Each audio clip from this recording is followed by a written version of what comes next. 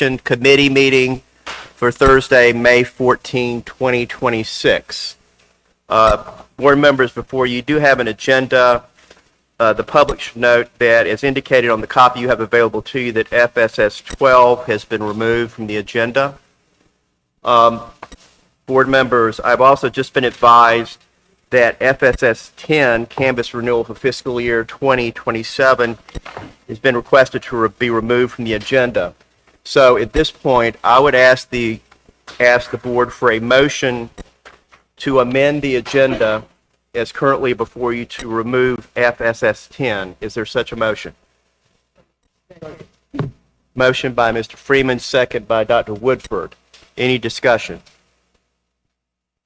There being none, all in favor of the motion, let it be known by the word aye. Aye. Opposed, nay. There is none. That motion passes unanimously. And now, board members, I would ask for a motion to approve the agenda as amended. Mr. President, Yes. I have another motion before we go to approval. I like to move that we remove FSS 3 from the agenda until we have had adequate time to study the proposal. Would that motion take precedence? Yeah, it would? Okay. To remove that additional item? Okay. Yeah. All right, so there's a motion by Dr. Fickle and a second by Ms. Johnson. Yes. Is that correct? To his motion? Yes. All right. Is there discussion? Mr. Freeman?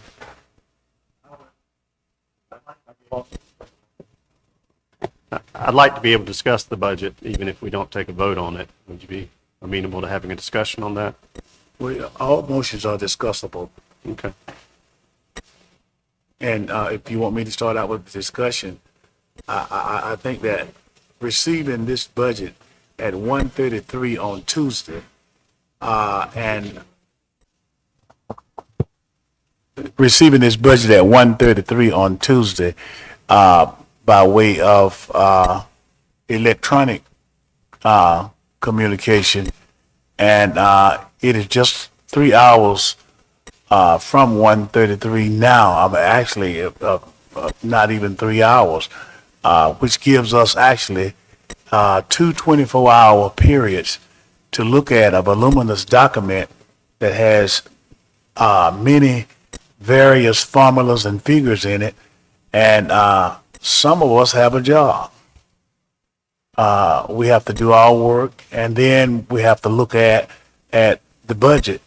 And I wouldn't feel comfortable voting on a budget that I cannot defend to the public that I knew what I was voting on. And I think that there have been some questions raised by members of this board that goes into the delay of voting and discussing this budget tonight. I don't think we've had enough time.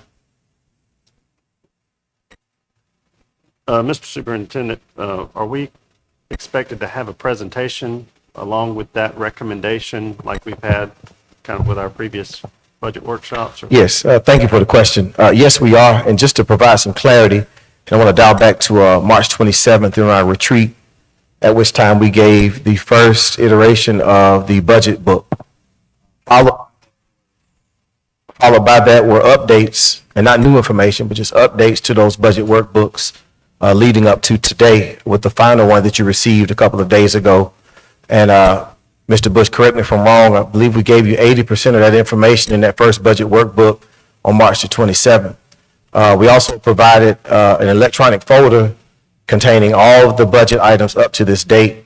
And while we did present the final, or set the final tentative adoption presentation 2 days ago, this was based on updated information from Budget Work Sessions 1, Budget Work Sessions 2, and Budget Work Sessions 3.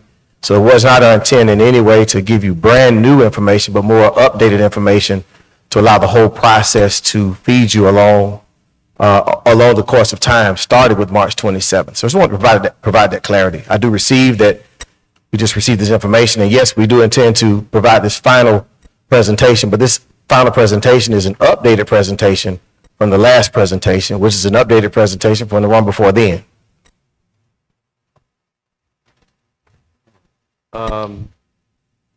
Just asking for clarification, Dr. Ficklin, what you're asking is that this item be removed from this calendar and heard at a later time at another meeting, is that? Yes, and I understand what the superintendent has outlined, but all of us who were there on February the 10th know that it was a 15-minute meeting with not much meat in it. And each one of those updates, there have been things pointed out that needed to be corrected. The following update did not say, well, we corrected what was in the last one and here it is. That kind of presentation would have brought us along to understand that now here we are ready for this, and all we need to do is do a cursory review of it. But we have not had that type of presentation. And of course, each one of those budget presentations, as far as I'm concerned, they lack sufficient questioning about what was being presented to us. They were presented to us in a very time-constrained manner, and we had to go on to the next thing because this 3 o'clock meeting is just an hour. And of course, even if you take it and go home, as I did, to review it, there are questions that still needed to be answered.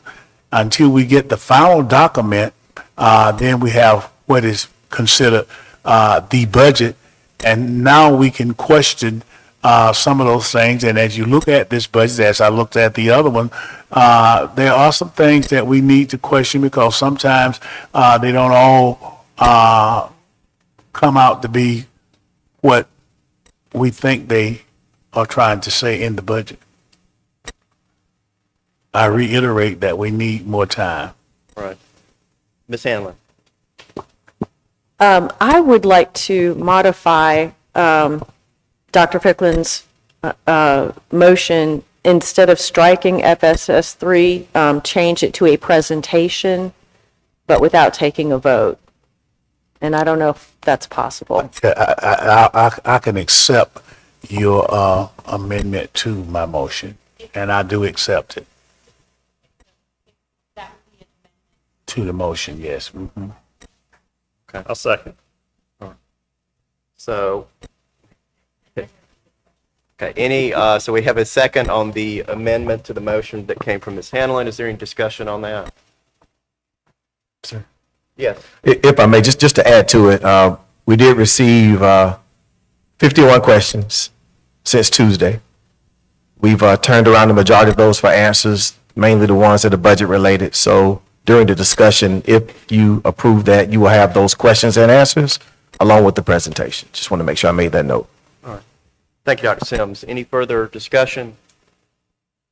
There being none, all in favor of Dr. Fickling's motion as amended, please let it known by the word aye. Aye. Opposed, nay. There is none. That motion passes unanimously.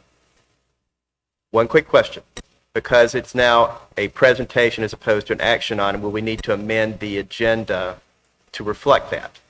Yes, so the motion was Ms. Hanlon's amendment to Dr. Ficklin's motion, so we would now still need to vote on Dr. Ficklin's motion to amend the agenda. Which would be removing it altogether, correct? No, it's been amended. Okay, all right, okay, thank you. We just voted on amending it. Okay, and now all we're right. voting on amending the agenda as amended. All right, so, thank you. As a presentation. All right, so,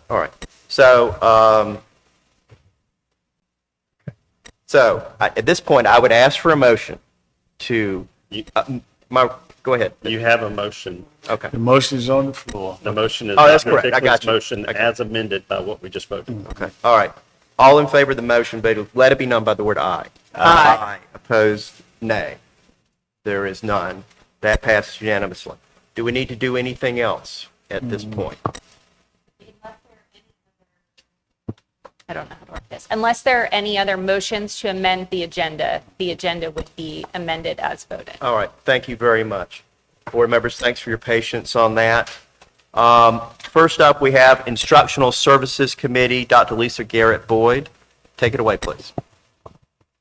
Yes, sir, President Morton. The first item up on the agenda is IS1, ensuring gifted opportunities at every elementary school, reach expansion by Orlena Stadnick-Floor.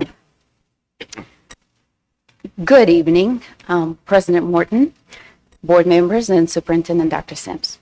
Tonight, I will share how the district is ensuring continuity, equity, and full compliance in elementary gifted education as we respond to the recent changes from the Georgia Department of Education. All right.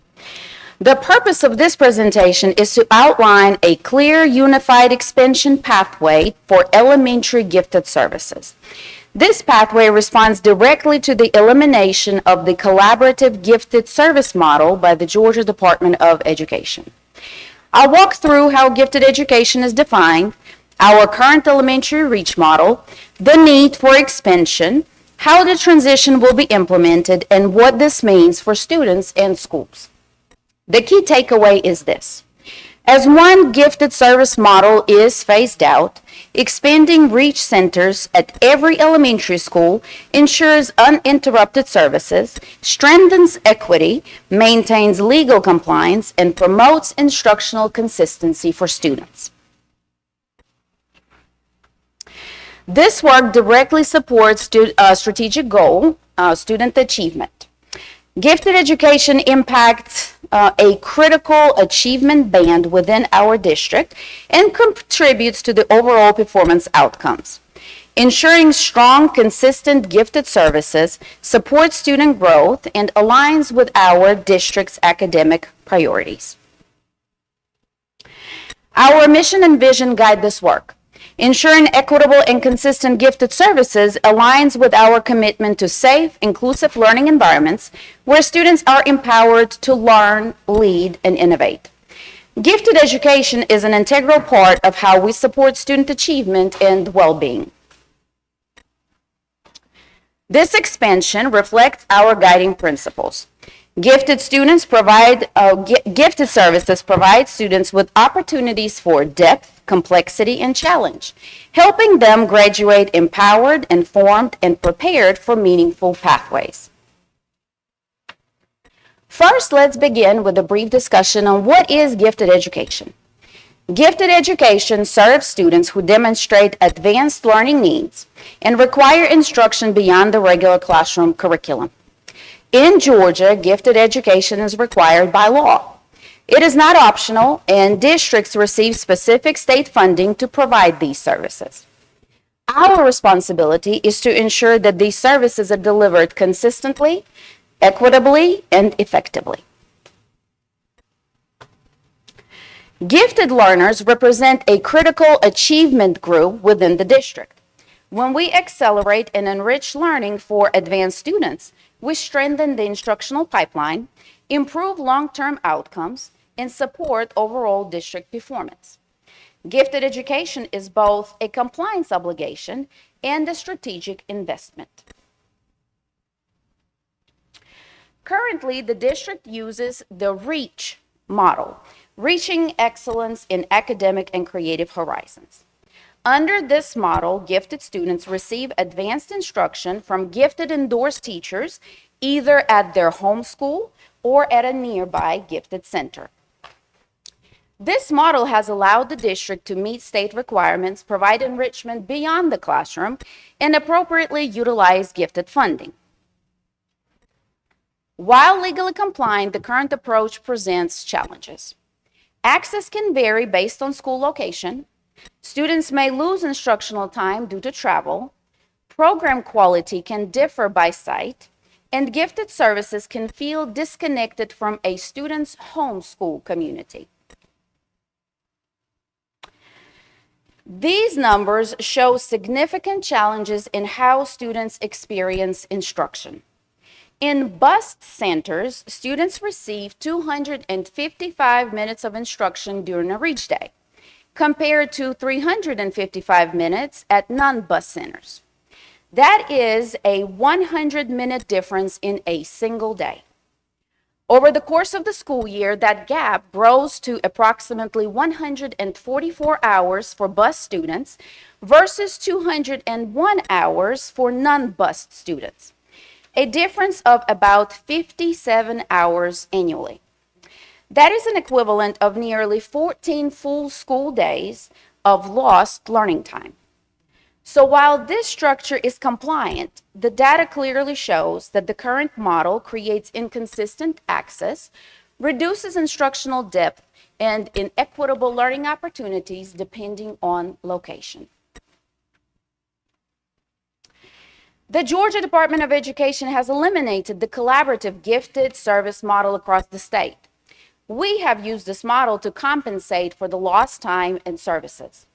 This elimination requires districts to redesign service delivery while continuing to serve all identified students.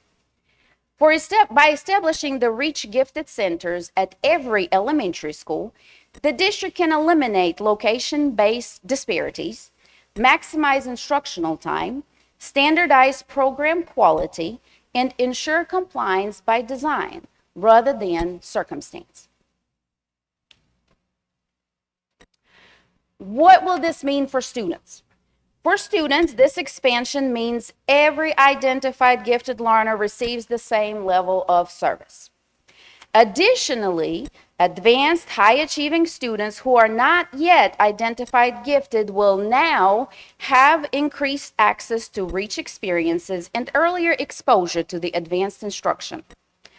Students remain connected to their home school, and the district establishes a consistent standard of opportunity. Let's look at the transition implementation plan. While building school-level staffing capacity, the district will implement a structured transition plan. Our current 13 Reach teachers, highly skilled, deeply committed and passionate about advanced learning, will serve the multiple sites. These are the educators best prepared to take on this work, bringing both expertise and strong belief in what our students can achieve. Teachers will travel instead of students, with schedules intentionally designed to protect instructional time. It is important to note that travel itself is not new. Reach teachers have already been traveling across sites to provide talent development. What changes now is the purpose and the impact of that movement.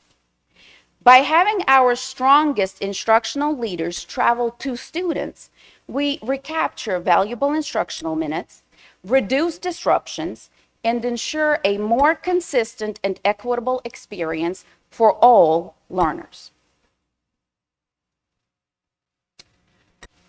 Expansion will be supported through district-managed gifted endorsement cohorts and strategic placement of endorsed teachers and ongoing collaboration with schools as Reach teachers partner with staff to model and strengthen gifted instructional strategies within each classroom. This approach builds internal capacity, improves retention, develops expertise, and stabilizes gifted programming for a long term. This expansion demonstrates responsible stewardship of resources.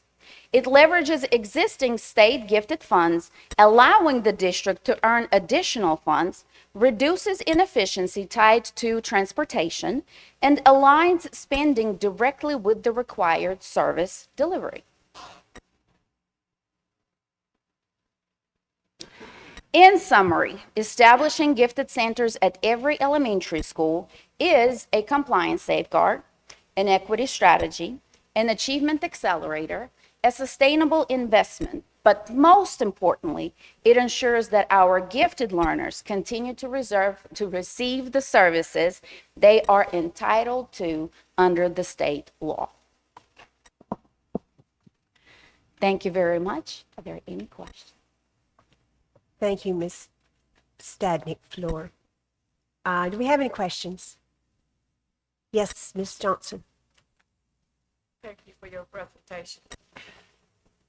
I have a few questions. Yes. First, I want to say I like the idea of retaining the students in their own school. But I'm wondering if you will have enough students in each school to have a gifted class or program. That's my first question. That is a great question. And I will say this opportunity provides us the chance to build the number of gifted students. So right now, we may have a school where we don't have 50 or 60 gifted students. What this does, it allows us to incorporate high advanced students who may not have been tested for gifted yet. The talented students will be able to join and participate. So now we will be able to develop more strategically more gifted students. We'll be able to find those talents faster and with more of the strategies. So do we presently have gifted students in each school? We do. Yes. More than 1, 2, or 3? In each school, yes, more than 1, 2, and 3. Okay. The other question is, I like the idea that the students will not be traveling, and it certainly should save the time with the traveling. But I'm wondering, with the teachers traveling, will we lose time with them traveling?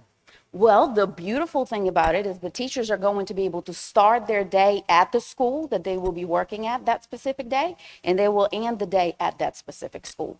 So transportation-wise, they report to the school that they will be serving on, and they finish the day at that specific site.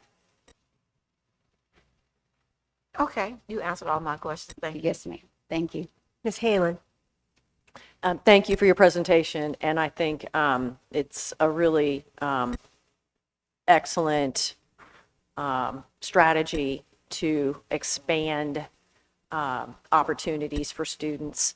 My question would be, how would those advanced learners be identified? I mean, what would be the process to get more kids into these classes and have these opportunities? Yes, ma'am. It will be similar to what we currently have for the talent development identification. First, we use the data from the students who we have already assessed and who may have been very close, but they just didn't make it. And so we want to make sure that is our first group. Let's push them. Let's find what is it that we can develop some more. So next time we test them, they will qualify. Also, for our talent development, we currently have the spreadsheet extensive with all the different data types that we're looking at as we're selecting the students. We always look for the feedback from the schools. The school principal is always the one who is also suggesting the advanced students. But we have a specific set of guidelines for that. Thank you. Perfect. Yes, Mr. Freeman? Thank you for your presentation. The question I have, you mentioned there's 13 current REACH teachers. With this new model, do you feel like that is sufficient, or will we need to add teachers to cover all of the schools? Well, right now, let's say it this way. Right now, to make sure that we serve all the students, it is sufficient. However, we want to make sure that we serve all the students every single day and not just in the pull-out setting. So what we are being strategic about right now is also endorsing our classroom teachers so that REACH Day is not the only day that they're receiving gifted services. Thank you. I do have one question. I do know that in REACH centers, our gifted teachers have volumes and volumes and a plethora of materials for their children. Are they going to have to travel these things, or are we going to be able to provide them with those vast materials that they already have? Thank you, ma'am. No, they will not have to travel with all those things. We are actually right now planning to use our existing gifted funds to make sure that there are opportunities as we start working on day, step by step, making sure that each one of those centers has the resources needed, the materials needed for REACH to begin in August, and the teachers will not have to carry crates. What about rooms available? We will be working after today. We'll be working with the principals of each school to make sure that we locate and have the locations. Thank you. Yes, Dr. Wood. Thank you, Madam Chair. Thank you for your presentation, Mrs. Floyd. So you said that this model would not require any additional teachers, but would it require any additional staff? No, no, ma'am. No We're additional staff? using the current 13, that's all we're using. Thank you. Mr. Hester. Thank you for your report. How do our teachers feel about this? You are the first who we are presenting this information to. We wanted to make sure that we have the alignment and the district direction together, and then we're going to start working with them tomorrow. Any other? Yes, Dr. Ficklin. Thank you, Ms. Floyd, for the report and the presentation. It was quite interesting, included a lot of great things. Thank you for the presentation. It included a lot of things. How many schools are going to be served by these 13 gifted teachers? Every single one of them. And how many is that? That's 21 elementary schools. 21 elementary schools? Okay. So they would have to be divided up some type of way. If Yes, they want we- to do 2 or what have you. Okay. Yes, sir. We have the schedule for each day of the week. I really like that idea. Thank you. Any other questions? Yeah. Yes. Yes, Ms. Johnson. I think you mentioned how many hours they would receive. Is it hours per day, hours per week? Explain that. They receive hours the day that they serve. So every week, the students get pulled out once a day. One hour So- per day. One whole day. So One out of full the day. 5 days, they are pulled out for one whole day, from beginning of instruction until the end. And they receive that enrichment and extension that they need. Thank you. Any other questions? Thank you so much, Ms. Floor. You're welcome. Thank you.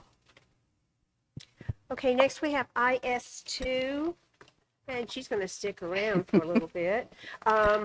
Where teaching meets success, highlights of student achievement. We're doing this one as a team.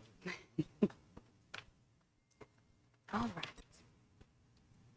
Well, good evening, President Morton, board members, and Superintendent Dr. Sims. Tonight, we are very excited to share how intentional, rigorous teaching and extended learning opportunities beyond Georgia milestones are driving student achievement across the district. The purpose of this presentation is to demonstrate how we intentionally extend teaching and learning through high-quality academic opportunities that demand sustained effort, continuous revisions, and performance under authentic conditions. Over the course of the year, our superintendent, Dr. Sims, has recognized and shared the winners of various academic competitions. Today, we want to go deeper, highlighting the true depth, rigor, and commitment required of our students through the entire process. The key takeaway today is when students apply what they learn in complex real-world contexts, achievement is not incidental. It is the result of instructional practice, and outcomes follow. All of the work you will see tonight directly supports Strategic Goal 1, student achievement, by strengthening literacy, numeracy, attendance, and student engagement while reinforcing MTSS support and personalized learning. Our mission and vision guide every instructional decision. These opportunities reflect our commitment to equitable learning environments where students are empowered to learn, lead, and innovate. Through competitions and performances, students build not only content knowledge, but also confidence, persistence, and purpose. These experiences reflect our guiding principles: collaboration, engagement, personalized learning, and effective leadership. As students engage in rigorous content, tackle authentic challenges, and graduate prepared to make informed decisions about their future.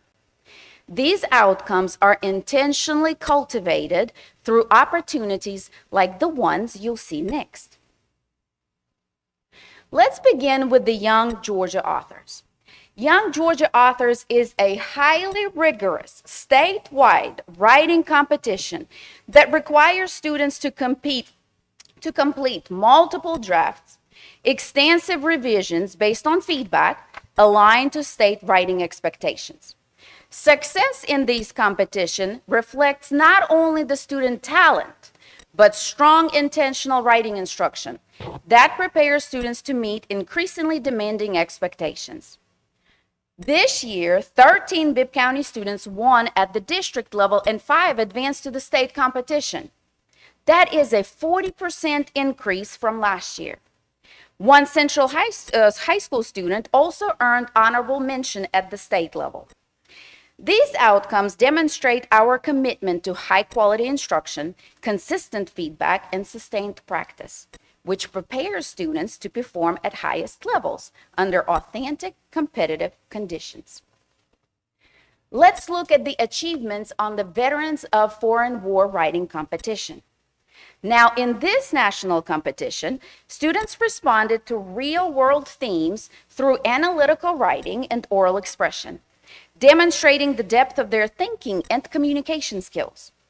Entries were judged on clarity, use of evidence, and originality as students advanced through local, district, state, and national levels of competition. This year, 6 students earned regional recognition and 3 advanced to the national level. Clear evidence of strong literacy instruction, intentional skill development, and student perseverance. Now, Keep Making Bibb Beautiful contest. This contest connects literacy to civic responsibility. Students researched environmental issues, developed arguments, and presented their work publicly, combining writing, critical thinking, and speaking. 15 of our students earned district-wide awards, demonstrating how purposeful, real-world learning experiences strengthen student engagement and quality of work. Now let's look at the Poetry Slam. Poetry Slam challenges students to synthesize writing, performance, and personal voice, reflecting intentional instruction they receive in both written and oral communication. Here, students drafted, revised, memorized, and performed original pieces judged live on impact and delivery. 13 school-level winners advanced to district competitions, reflecting both academic rigor and student confidence, with Southwest earning first place in the district. Again, a strong example of the excellence achieved through strong, deliberate teaching and learning. Moving along to mathematics. In maths, our elementary math team, students extend their learning beyond grade level expectations through advanced problem solving, justification, and teamwork, reflecting the strong and deliberate instruction in and out of the classroom. This competition emphasizes accuracy, reasoning, explanation, and collaboration under time constraints. All elementary schools participated, with one district champion team recognized, a strong indicator of district-wide engagement and impact of high-quality math instruction. Math 24 requires rapid mental computation using all 4 operations, no tools, no supports, just mathematical fluency and focus. Success is the result of daily practice, strategic thinking routines, and ongoing reinforcement of number sense over time. All schools participated, and 2 individual district champions were recognized, demonstrating their impact of deliberate math practice and enrichment. The Perennial Math and KSU Mathematics Competition. These 2 competitions extend math learning to regional and statewide levels. Students demonstrated collaborative problem solving and advanced reasoning. Our district earned 1 Perennial Math finalist and a 2nd place winner at the KSU Mathematics Competition. Great accomplishments in highly competitive settings. Moving along to science. The science fair represents authentic scientific inquiry, reflecting the depth of instruction, The instruction students experience in science classrooms. Students designed experiments, analyzed data, defended their findings for formal judging. All 3rd through 12th grade students are given the opportunity to participate. 10 Bibb students received regional awards and 7 advanced to the state level. The work our students completed is evidence of deep content understanding and communication skills. For social studies, our National History Day requires extensive research, argumentation, and discipline-specific writing. With 110 students participating district-wide, this competition demonstrates both skill and rigor. 30 students advanced to the state level, reflecting strong instruction in historical thinking and literacy. Our quiz bowl and academic teams require fast thinking, teamwork, and deep content knowledge across disciplines. Students prepare through ongoing study, structured practice, and collaborative learning routines. 8 schools earned recognitions through district, regional, and national competitions. These teams reflect consistency, preparation, and collaborative learning.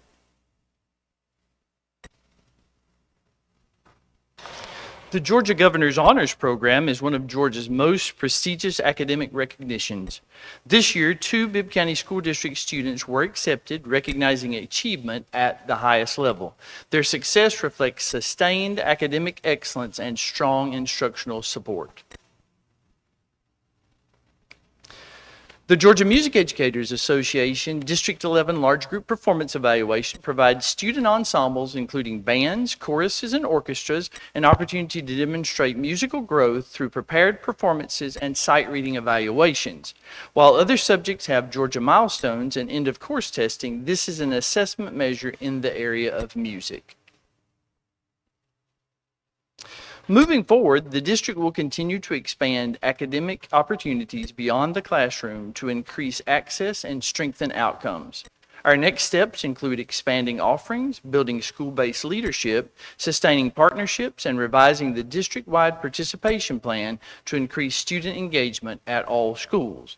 We believe that through intentional instruction and advanced opportunities beyond the classroom, we are creating clear pathways for students to excel, compete, and achieve at the highest levels.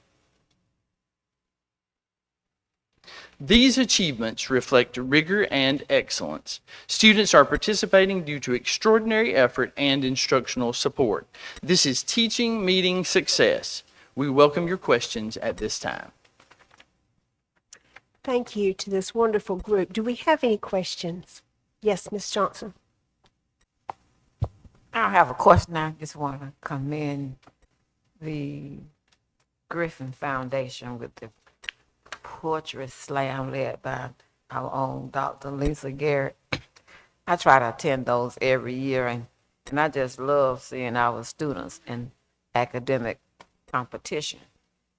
They do a great job. I didn't see the others, but I did see that. They do a great job, and I like seeing them displaying their talents. Bill, you'll be happy to know I won $50 in the contest for my singing skills. I could imagine. Thank you. That was it. Ms. Hanlon. Thank you for your presentation. I guess over the years, what I have noticed for a lot of these competitions, Science Fair, National History Day,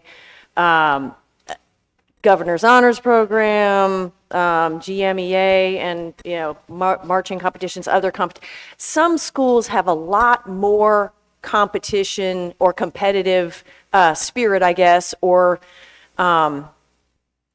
kids entering, kids being asked or strongly encouraged to participate than others. So you see a lot of participation from, a handful of schools and no participation from a lot of schools. And so it makes me sad that those opportunities are not being equitably distributed. And I like the fact that you put that on the last slide, that you want to put a plan in place, but I guess, expand on that. Yes, ma'am. This is a great point and a great question because we are seeing very similar things. We have been encouraging all the schools to participate. However, we have a plan where for the next school year, every school, we will be there. Our members of the teaching and learning support team will be there working with principals and working with teachers, but every school will have champions for the competitions, and we will be supporting to make sure that there is a participation from every building. Thank Because you. the kids are there. Right. Any other questions? Thank you for your presentation. And I think I can say that we'll be poetry slamming for a long time because Benji Griffith loves that event. So I'm hoping we'll be able to continue to provide those scholarships, $30,000 for the scholarships. Yes. Yes, thank you all. Okay, next, we have IS3. Where is Miss? There she is. She's behind. I just want to make sure it was my turn. post. You're hiding. We have Taryn Collinsworth with Communities and Schools of Central Georgia providing us. Key, am I going to press this one? With her CIS report. Good afternoon, President Morton, board members, Superintendent Dr. Sims. Today's presentation, Advancing Student Success Through Strategic Support, highlights the work of communities and schools of Central Georgia in Bibb County School District. More importantly, it shows how coordinated student supports help remove barriers, strengthen attendance, protect instructional time, and keep students on track for success. Communities and schools support students by removing barriers that can prevent students from learning and succeeding. We prioritize students who may be experiencing, high levels of absenteeism, academic struggle, behavior or emotional concerns, or low graduation risk indicators. CIS meets students where they are, and we walk with them every step of the way. The CIS process for student success begins as students are identified or referred for services. Once they're identified, CIS creates an appropriate support plan, followed by the coordination and/or delivery of services and interventions. Throughout the year, progress is monitored and services are adjusted as needed. Data is used to determine whether the support is working. The goal is achievement. Students overcome barriers, experience academic, social, and personal success. CIS uses a tiered intervention model that is matched to support the level of need for students. Tier 1 represents school-wide supports. Tier 2 provides targeted interventions like tutoring for students who need additional support. And Tier 3 represents intensive case management for students with the highest level of need. This structure allows CIS to provide both broad prevention services and individualized support without a one-size-fits-all model. Clearly, students must be present to learn. When barriers disrupt attendance and engagement, learning gaps widen. CIS helps remove barriers so students can attend school, remain engaged, and benefit from instruction. This directly supports Bibb County's push priorities by helping students stay connected to school and positioned for academic progress. CIS provides a wide range of coordinated services tailored to each student's needs. Services include academic support, social and emotional support, family supports, attendance support, resources for basic needs, and enrichment opportunities. Collectively, these services remove barriers so students can focus on their future every day. CIS operates with fidelity while maintaining individualized student support. During this reporting period, CIS served 12 schools and provided thousands of interventions. We are not a small, isolated program. We are a district-wide student support strategy that reaches across grade bands and school settings while still focusing on the needs of individualized students. For FY26 first semester, case-managed students averaged 95% attendance. 11 of the 12 schools served were at or above 92%. This is important because attendance is one of the strongest indicators for student success. CIS serves 6,385 students district-wide with Tier 1, 2, and 3 services. 732 students received intensive case management, and more than 15,500 targeted and individual services were delivered during the first semester. On an average, case-managed students received more than 21 targeted or individual services. CIS is not providing one-time supports. Instead, students are receiving repeated, layered interventions based on their individual needs. During the first semester, case-managed students in 11 of the 12 schools served were well above the district goal for no out-of-school suspensions. Several schools reached 100%, including Hartley, Rosa Taylor, and Bruce Elementary. When students avoid exclusionary discipline, they remain in school, keep access to instruction, and stay connected to the adults and interventions that support their success. The academic data shows strong progress in ELA and continued work to do in mathematics among case-managed students. It tells us two things. First, the ELA performance of case-managed students is a strength to sustain. Second, mathematics remains the clearest area for focused academic alignment, targeted interventions, and continued monitoring. The significance of this work is the connection between attendance, behavior, and achievement. When attendance improves, students are present for instruction, and district funding stability is strengthened. When behavior is supported, instructional time is protected.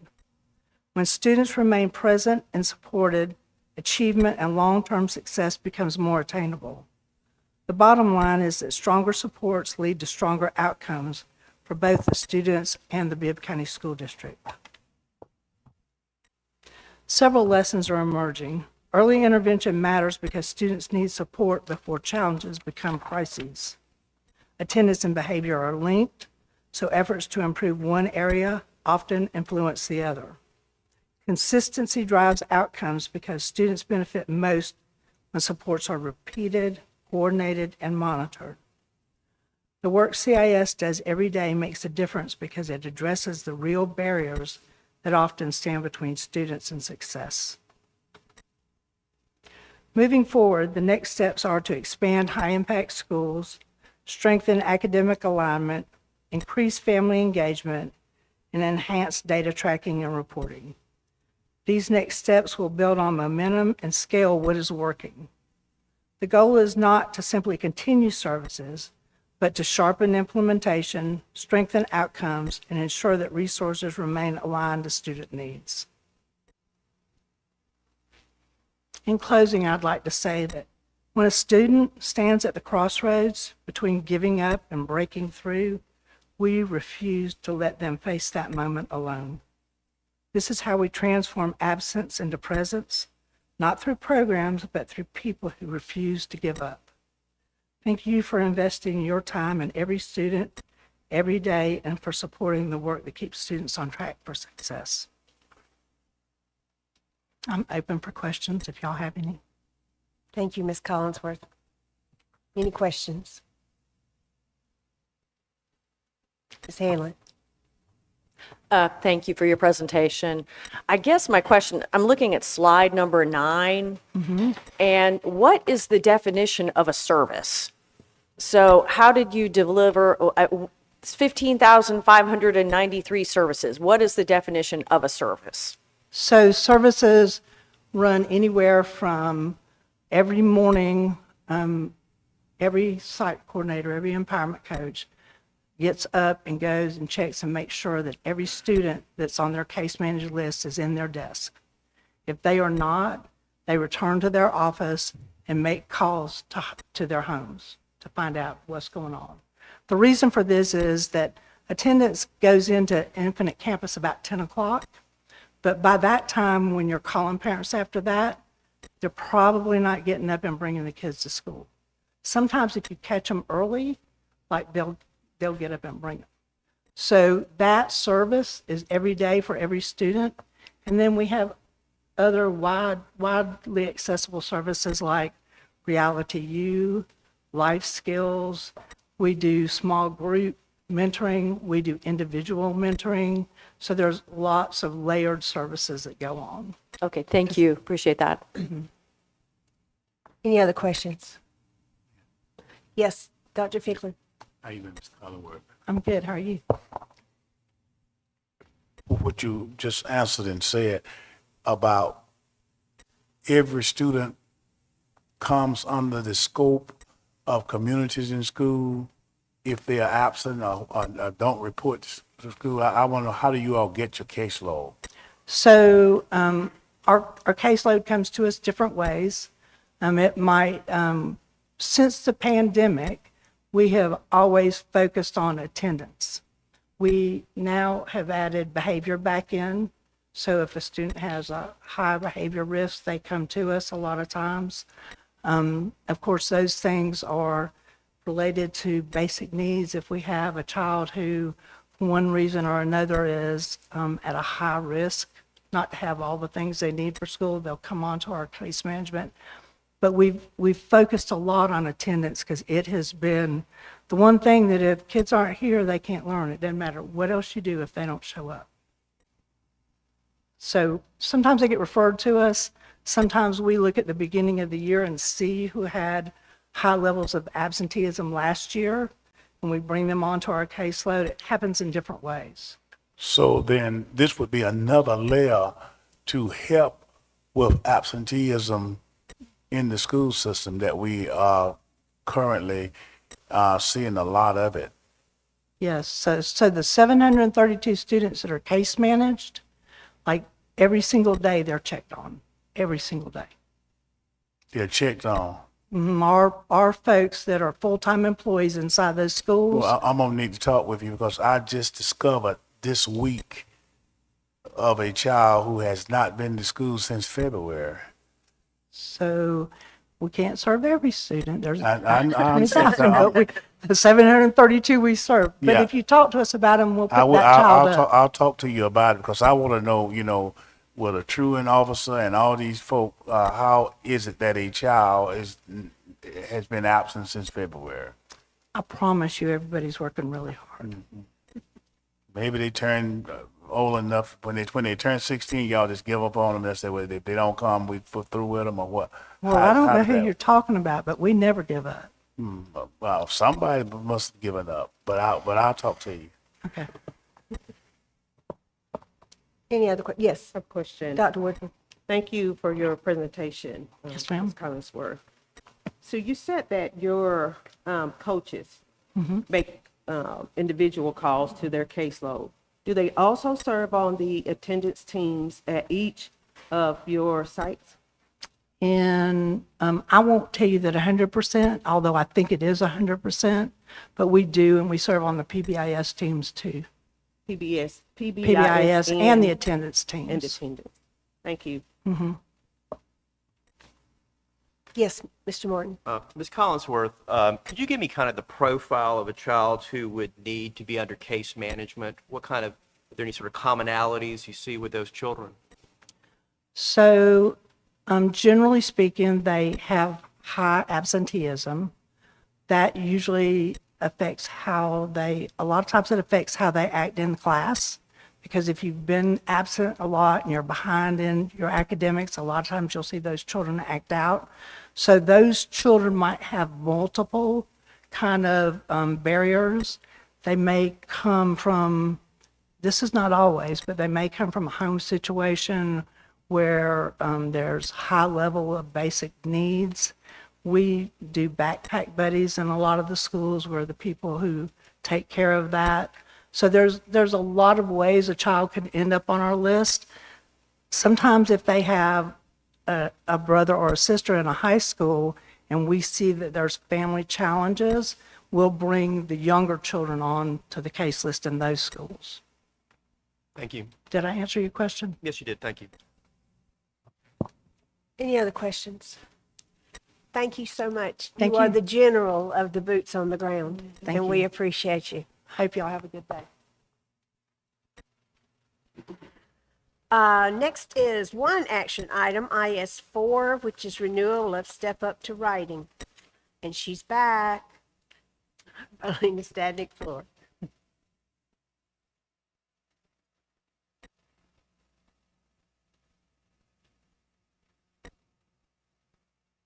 We will be with you momentarily.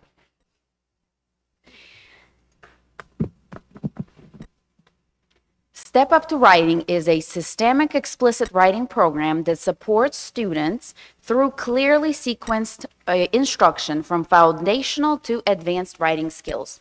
Kindergarten through fifth grade student writing performance has been steadily improving, with grades 3 through 5 demonstrating a 10% growth in ELA milestones, informational writing, and 8% growth in opinion writing during the 24-25 school year. At this time, we do not yet have 2026 results because we're waiting for the official release of the Georgia milestone scores. It is recommended that the Board of Education authorize the superintendent to approve the purchase of Step Up to Writing materials and professional development for use during the 26-27 school year. The cost will not exceed $176,000, which will come from general funds. You've heard the recommendation. Do I have a motion? Moved by Dr. Fickling. Second. Second by Ms. Hanlon. Is there any discussion? Yes, Ms. Johnson. Thank you for your presentation. And I like the growth that I see in the students' writing. Just have a question, 2 questions. The writing, when they do their writing, are they writing on their computers or their tablets or what? They're writing in their notebooks using those pencils, and then they're transferring it into using the computers, because on the Georgia milestones, they have to type the responses. So right now, elementary students, we definitely want them to express their thoughts, and they do that very well with paper and pencil, and then we're teaching them how to transfer that electronically. I'm glad to hear that, because I've been very concerned about our students not being able to do penmanship. Yes, ma'am. The other day, I was in the doctor's office and I had this whole form to fill out. And it came to my mind, how do our students fill this out when they don't have a computer? I had to handwrite all of it. How do they do this when they can't handwrite? Is there any consideration being given to bringing handwriting back into our elementary Oh, schools? yes, ma'am. Georgia Department of Education just adopted the new standards, so this is our first year with the new standards. Handwriting has its own place. It has specific standards. We have already started implementing them with our kindergarten, first and second grade students to make sure that we are teaching students how to write. So it's already in the schools. It is in I've been the hearing about school. it, but I didn't know it was already being implemented. It is in the school. So is cursive writing. We're right now working on cursive writing. I appreciate that. Yes, ma'am. Thank you. Any other questions? And also, if I might, go ahead, Dr. Woodford. Being halfway facetious, but is there any practice with blue books? The blue books. Can you help me? Those are the old test books that we used to take our tests on Oh, This is Florida, that was a joke. back when the Red Sea was started, I'm sorry. next to the Ten Commandments. Thank you. I do have a comment. If I'm not mistaken, the state school superintendent actually has a John Hancock He Award. does. Yes. That is provided for schools where a certain percentage of their third graders, is it Third graders, yes, and they Can- can spell their. can write their name legibly in cursive. cursive. And there is awards for that. Yes, ma'am. I can't do that now. Thank you so much. So we have a motion and a second, all for renewal of step up to writing. Say aye. Aye. Those opposed, nay.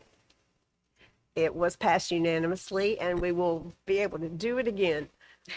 President Morton, we are complete with instructional services. We just have IS4 that will go to consent agenda. All right. Thank you, Dr. Garrett Boyd. Next, we have Fiscal Support Services Committee. Ms. Hanlon is the chair. Thank you, Mr. President. Our first item is number FSS1, the monthly financial statement review with Mr. Eric Bush. Good afternoon, Board President Morton, board members, and Superintendent Sims. Today, we're going to review the financial results through the period March 31st, 2026. We'll start by looking at our general fund balance sheet, where we are showing on the top left $90.7 million of total assets, total liabilities of $27 million, and a total fund balance of $63.7 million. Moving to our general fund revenue and expenses, we have collected $202.8 million of our $274.4 million of approved estimated revenues. That accounts for about 74% of our budgeted revenues. And we've expended or encumbered $210.5 million, roughly 72% of those budgeted expenses. Through March, which is most of our academic year, we still show 68% of every dollar goes directly to the classroom through instruction, pupil services, and improvement of instructional services. Looking at our all funds balance sheets, we are showing total assets of $778.4 million, total liabilities of $51.6 million, and leaving us with a fund balance of $726.8 million. Moving on to our cash and investments on hand, we have cash on hand of $17.8 million, investments of $124 million, leaving us with total liquid assets of $141.8 million.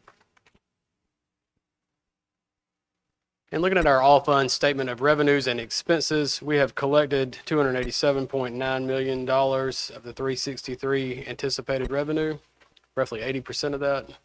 And we've expended or encumbered $338, roughly 84% of our budgeted expenses. And lastly, on our eSPLOS campaign, we had current monthly receipts of $10,770.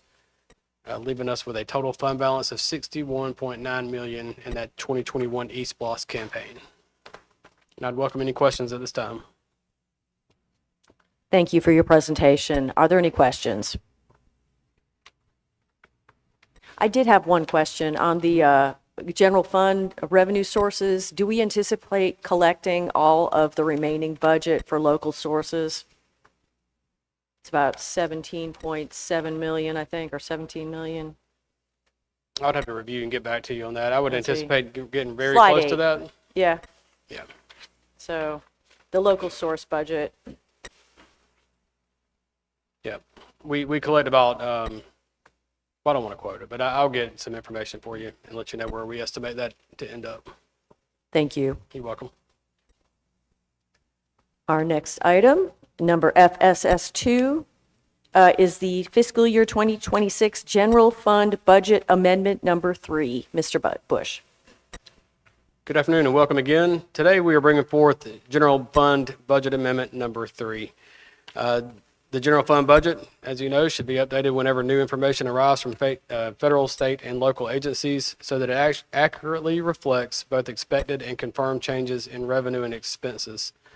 Budget amendment number 3 accounts for changes in 4 areas, including the governor's one-time salary supplement, where we received an additional $4.9 million and also expended $6.9 million, awarding a $2,000 and a $1,000 one-time supplement to our staff. We also, the second item is a QBE adjustment, where we receive a midterm adjustment each March, and the state awarded a net total of $2.3 million additional dollars. Number 4 is an allocation of unspent security grant funds from the FY25 year that are being carried over and expended before the end of June.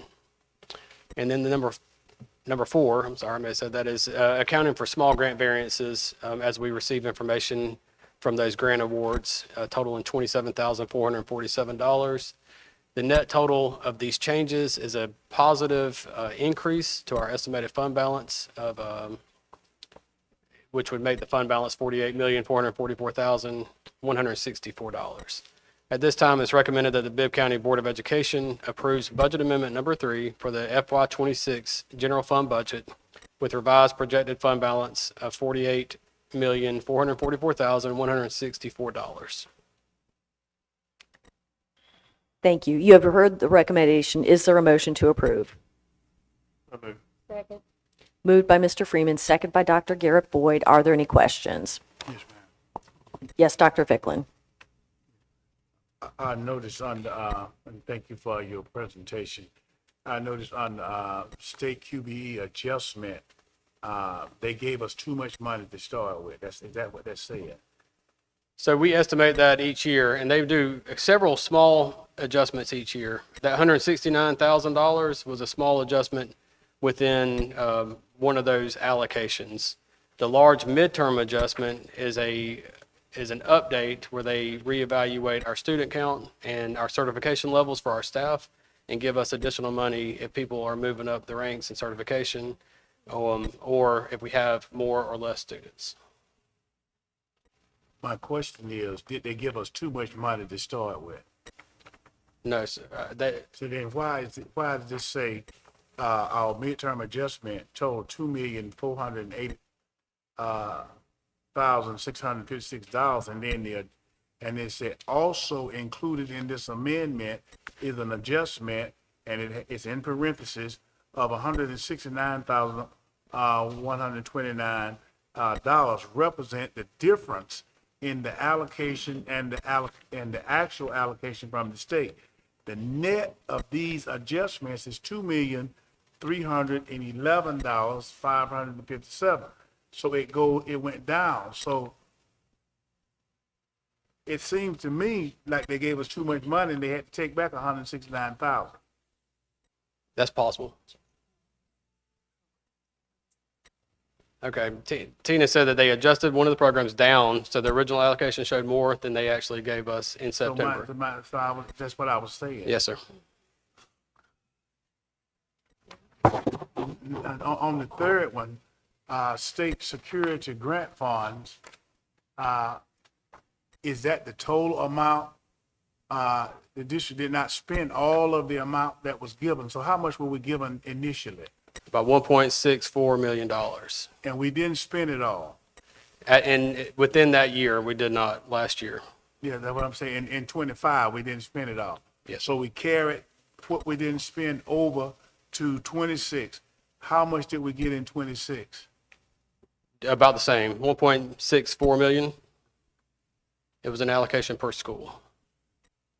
And then the ballistic film. Yeah, this is to account for the ballistic film that was approved recently. I didn't hear you. It was to account for the ballistic film purchase order that was approved recently. But I'm just looking at the figures that have been presented. The district did not spend the full award, so the remaining funds were carried over and spent in 26. The amendment increases revenue and expenditures by $757,225 to reflect the carryover. Yes, sir. So that means that whatever they gave us in 26, we had $757,000 added to that. I'm trying to see what this is saying to me. No, sir. They were allocated $1.6 million, and we only spent $900,000 for rough numbers. Therefore, we're just accounting for it in 26 because we know we're going to receive that money. Because once we submit it to the state, you trying to add something? That's fine. Good evening. We actually received in 24-25 school year, they actually gave us 1/10 of that money every month. So we received the money. We received all of the $1.6 million. However, we did not expense all of it. So we were told to put it in a separate special fund balance. That amount was $757,000. So we spent it, we were allowed to spend it within this year, but we actually received it last year. So it was in the fund balance, and we're just moving it over because we're expending it this year. And you all don't have whole numbers that you all can provide to me as a member of the board and the board, that the total amount that you all got, these 10 increments that they were sending, and I think like this, tell me how much we had. And a document that says this, it didn't give me the whole picture. And that's why I asked my questions. Yes, sir. I understand. So 757,000.2, that was the additional money that wasn't spent in 25. So how much did we spend in 26? This included. That's my question. Can we get you an answer in the morning for that? I don't think I can just pull I it. certainly hope that we can get it. I want to know, and then for state grant amendment, and it talks about, it's estimated the award, the total of Rule 10 grant was a decrease in the estimated award of $18,003, while the CTAE Industry Certification Award increased by $27,447. So what was the total amount? You know, The CTAE Rule 10? Yeah, the Rule 10, this doesn't tell me anything.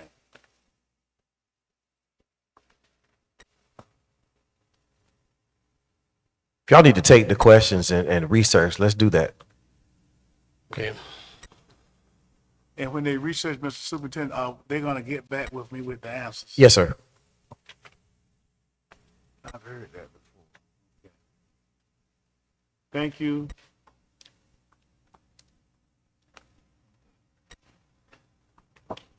Other questions?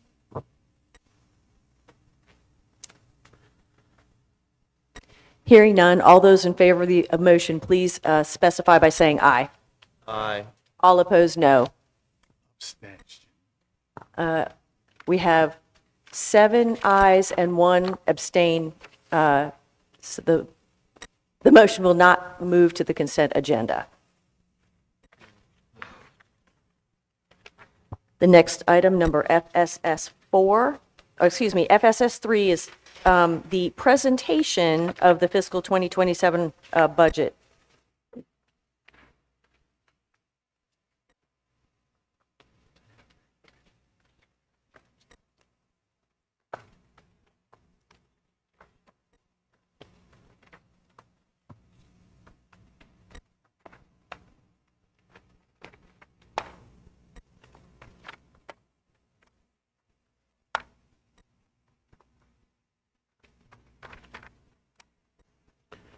Thank you and welcome once again.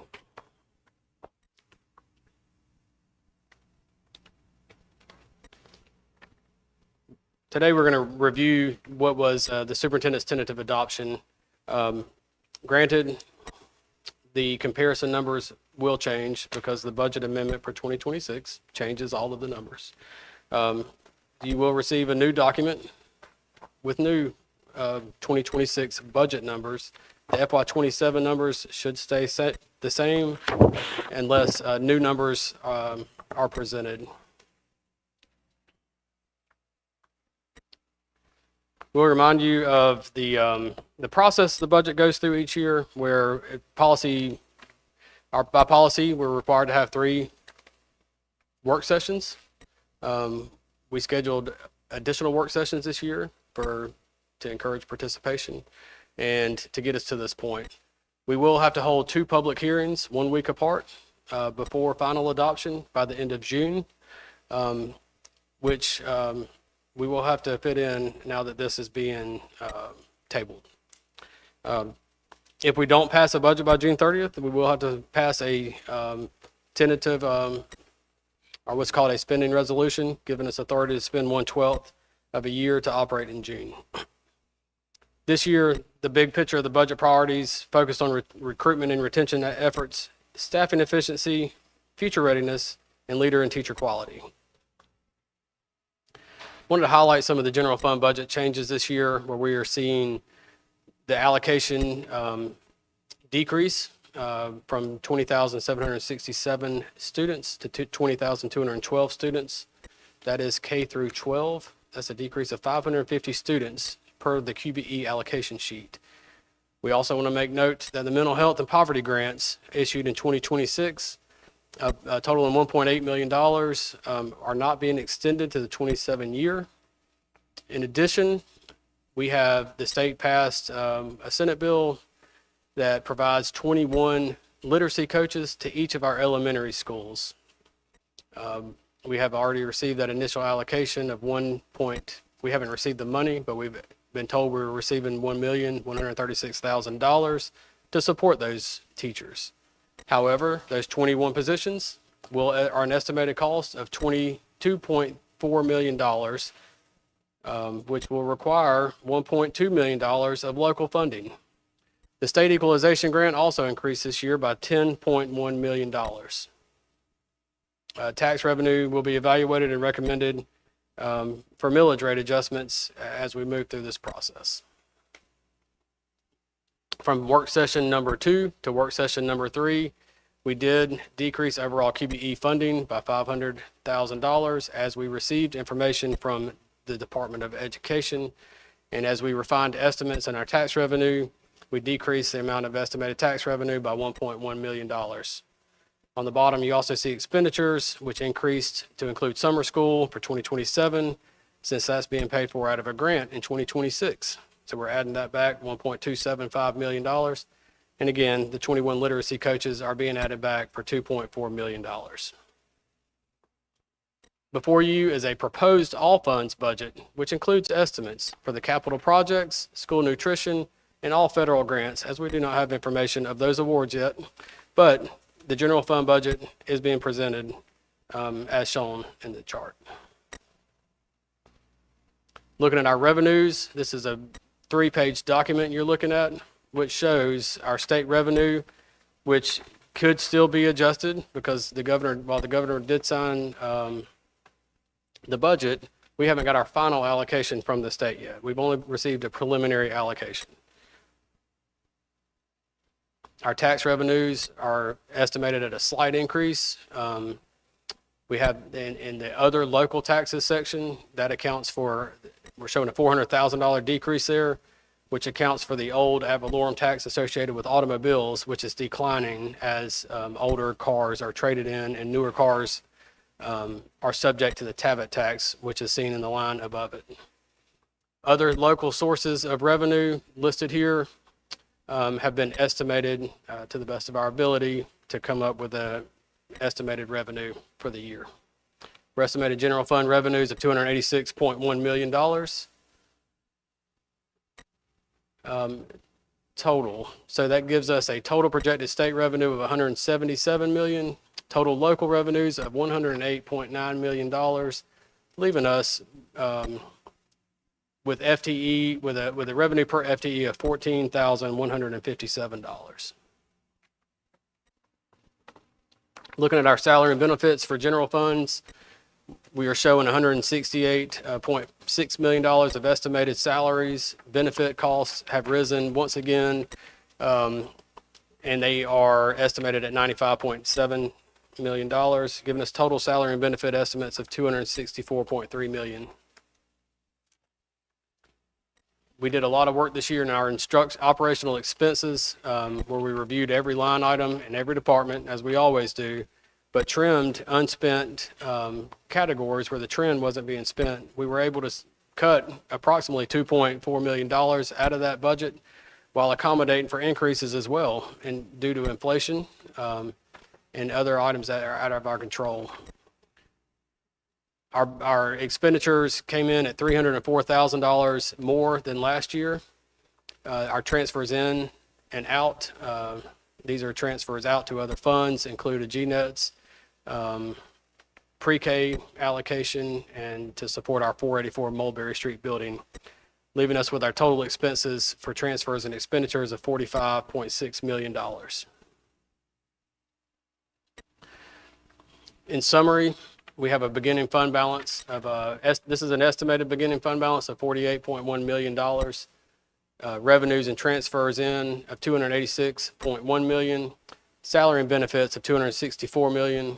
Operational expenses of $65.6 million, leaving us with total expenditures of $309.9 million and a budget deficit of $23.8 million. If we continue down this path without a millage rate adjustment or some kind of extensive cost cuts, we will end up with an ending fund balance of $24.3 million. As you see before you, this is a millage rate history where for the last 9 years, we have either rolled back the millage rate or maintained it for the last 3 years. This tax revenue, while we can cut, has not kept up with the pace of state mandated costs. As you can see through the literacy coaches this year alone, the past state healthcare benefits and constant increases in TRS.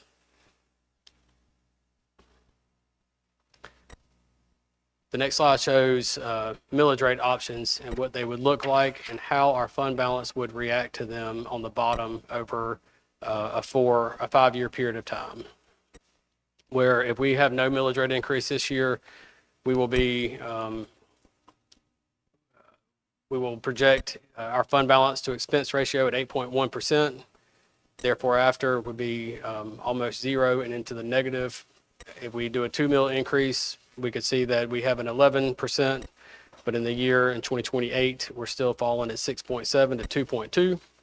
A 3 mil increase would put us at a fund balance to expense ratio of 13.1%,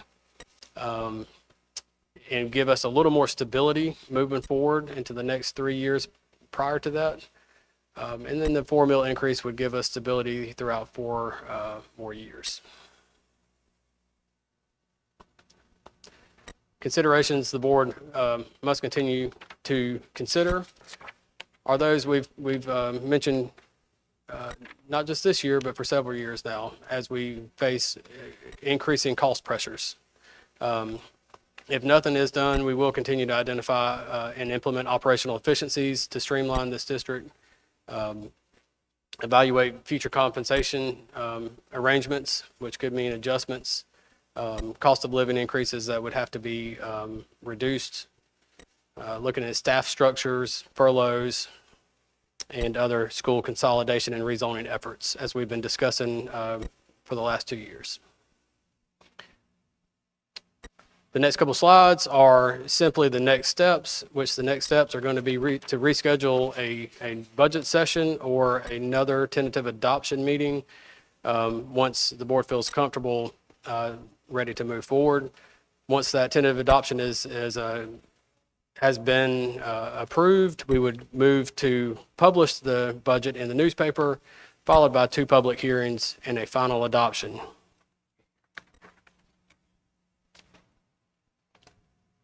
That concludes my presentation, and I'd welcome any questions you may have.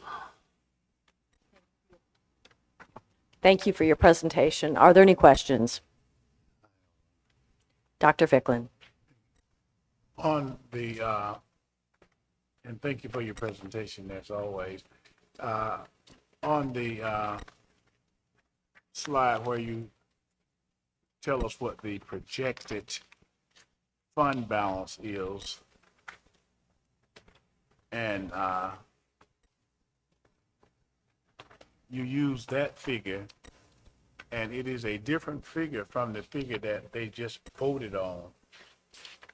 And when compiling the budget, and you know that that is the figure that you're asking for, my question is, why wasn't that figure used there?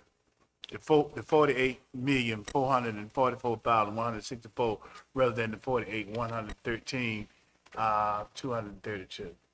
Because that budget amendment has not been passed yet, and it wouldn't be proper to list it as it and assume it had been passed. So now when we look at it again, it'll have that figure there. Yes, sir, absolutely.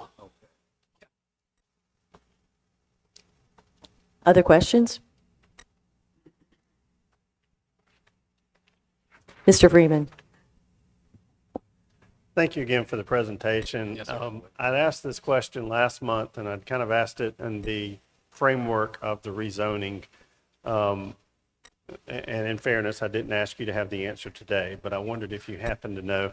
We've seen the figure kind of thrown around, and I know we've gotten some detailed information about the cost of consolidating schools, or the savings, I guess, if a school is consolidated and one building is closed. We got some information about that. Do we have a figure when we've talked about the rezoning of what essentially we're leaving on the table? What is it costing us from local funds to have a school under the state recommended level compared to having it over the state level? Do we have an idea what that costs per school?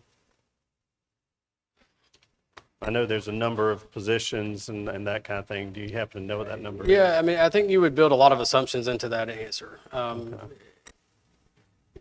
One way to look at it is the revenue portion. If I think I understand your question right, can you ask that one more time? Yeah, so there's been proposals out there that we consolidate schools, and if we do that, you're closing one, putting two schools together, and so those operational costs for that building, we can get a pretty good idea what that is. We've heard some different numbers and different things that go into that, but let's say roughly $1 million. In the rezoning option, where we change some schools around, and I'm going to use some round figures, but let's say if instead of 10 schools below the level, we go to 9 schools that are below the state recommended level. So one of those schools has bumped up to what the state recommends its level of student occupancy be. Right. How much money are we getting from the state or not having to pay locally for each of those schools we can move out of that below the state recommended level? And I know that's kind of a factor of those locally funded positions, et cetera, but do we have an idea of what that looks like? We were conceptualizing something earlier that we need a little more thought around, but it's basically taking the difference between what we know a school costs per student right now, and that's per student in that building, K through 12 now, because you'll see some things with pre-K in it, which our pre-K kids are there, but they're not funded with our revenue. So we're looking at K through 12 students, but we can look at how much money that costs per building, which does vary based on certification levels, et cetera, and compare that total cost to how much revenue we're bringing in locally and the statewide. So if there's a gap there, we can see like, okay, assuming everything across the district revenue-wise is attributed to that, we can see like what that difference is. And I think that would give you an answer of, if there's a $2,000 difference there in local revenue versus the school costs, if you close one, that $2,000 would shrink. Does that make sense? It does. I guess my question is, if I've got a school that's got 440 kids and the magic number is 450, and I'm just using round numbers, and we get over that magic number, how much have we saved from our budget by getting more state revenue because we're over that number? Because that seems to be the crux of a lot of this budget is consolidation or rezoning, all about trying to get us up to this magic number the state has created. I understand what closing a building roughly costs. I don't understand what moving this line of this population up 10 students over a number would cost or would add. So I think we've discussed this before. There's not that 450 and the various numbers for middle and high school are really set there to fund new buildings. So if you apply for a new school, they're not going to let you build one under 450 because they know the economies of scale don't work. So we're not going to gain more money by putting 451 kids in a building versus 10 less. We're still going to be allocated per student for the district. It's this district's choice to operate more buildings. So yes, we earn a principal for a building that's open, but we're not earning all of the extra stuff because we have more costs associated with an extra building that isn't full. Well, and that's what I'm trying to figure out is we keep talking about right sizing so that we can meet the state minimums. Yep. I'm trying to figure out what right sizing equates to from a budgetary concern. every school that we manage to move off of that, what they call under the state level, how much does that affect our budget? I think we put it in a document to the board this week. Elementary schools around $1.2 million. That's hard costs. That's what it costs to staff minimally without teachers in a building. I think there's 11. And correct me if I'm wrong, are you talking about the cost of closing a school or the cost? If I've got a school with 600 kids and a school with 300 kids, and I managed to get them both over 450, the magic number, what have I done to our budget? Yeah. Thank you for that question. Let me just add a little bit more context. One of the pieces that we talked about, and I know this was in one of the presentations from our consultant as well, that 450, while it does, of course, aid us on the building side, there is also a staffing element associated with it, okay? Right, yeah. So for instance, every building that we have open has a principal. Right? We also have decided as a district, we wanted assistant principals in our building. Right. We have some schools that are not at 450, which means locally we're taking on that additional cost to have those additional staff nurses in place. So as we get more schools to that number, we are able to earn more in that space, which is an offset for us because then it's less reliance on local dollars to provide those services because we've decided as a district, we want to have equity in the services that we provide, equity in those supports. And so the rezoning, redistricting, and looking at those pieces really gives us an opportunity to hopefully get more schools closer to that threshold so that we can start to see some of those costs then be awarded to the district. And Board President Freeman, I think what I hear you asking as an example, since we right-size those schools where the state doesn't provide for this position, that position, that position. Yes.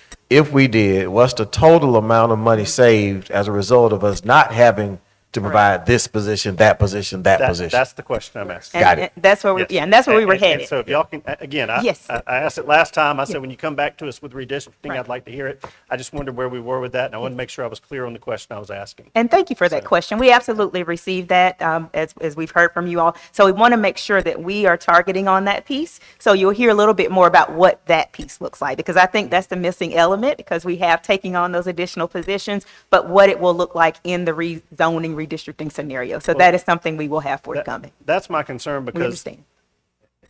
all the pushback on the budget is we haven't done our job by either consolidating or rezoning. And we have a ballpark idea what closing a school will save us. I don't have an idea what being below the level versus moving a school up above the level will save us. So I don't know if I'm talking $5, am I talking $1 million? Understood. And having something to put in that framework also tells us, because you're going to get pushback on any rezoning, we need to know what we're getting for that value. You know, if we're going to go through that headache, what are we saving the taxpayers by doing it? Why is this a worthwhile endeavor? And that's what I can't right now articulate. Yes, thank you for that feedback.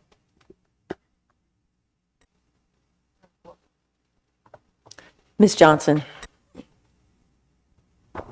Thank you for your report. My concern is basically the same as Mr. Freeman's, because we have heard more than one time that we save $1 million by consolidating a school with another school. We spend another $1 million with transporting the students to those schools. So I'm still at a confusion as to what do we save other than disrupting the schools? So you definitely have a savings closing a school, and the transportation offset would not be equal. There's just no way, because the students riding the bus already, they may drive a couple more miles.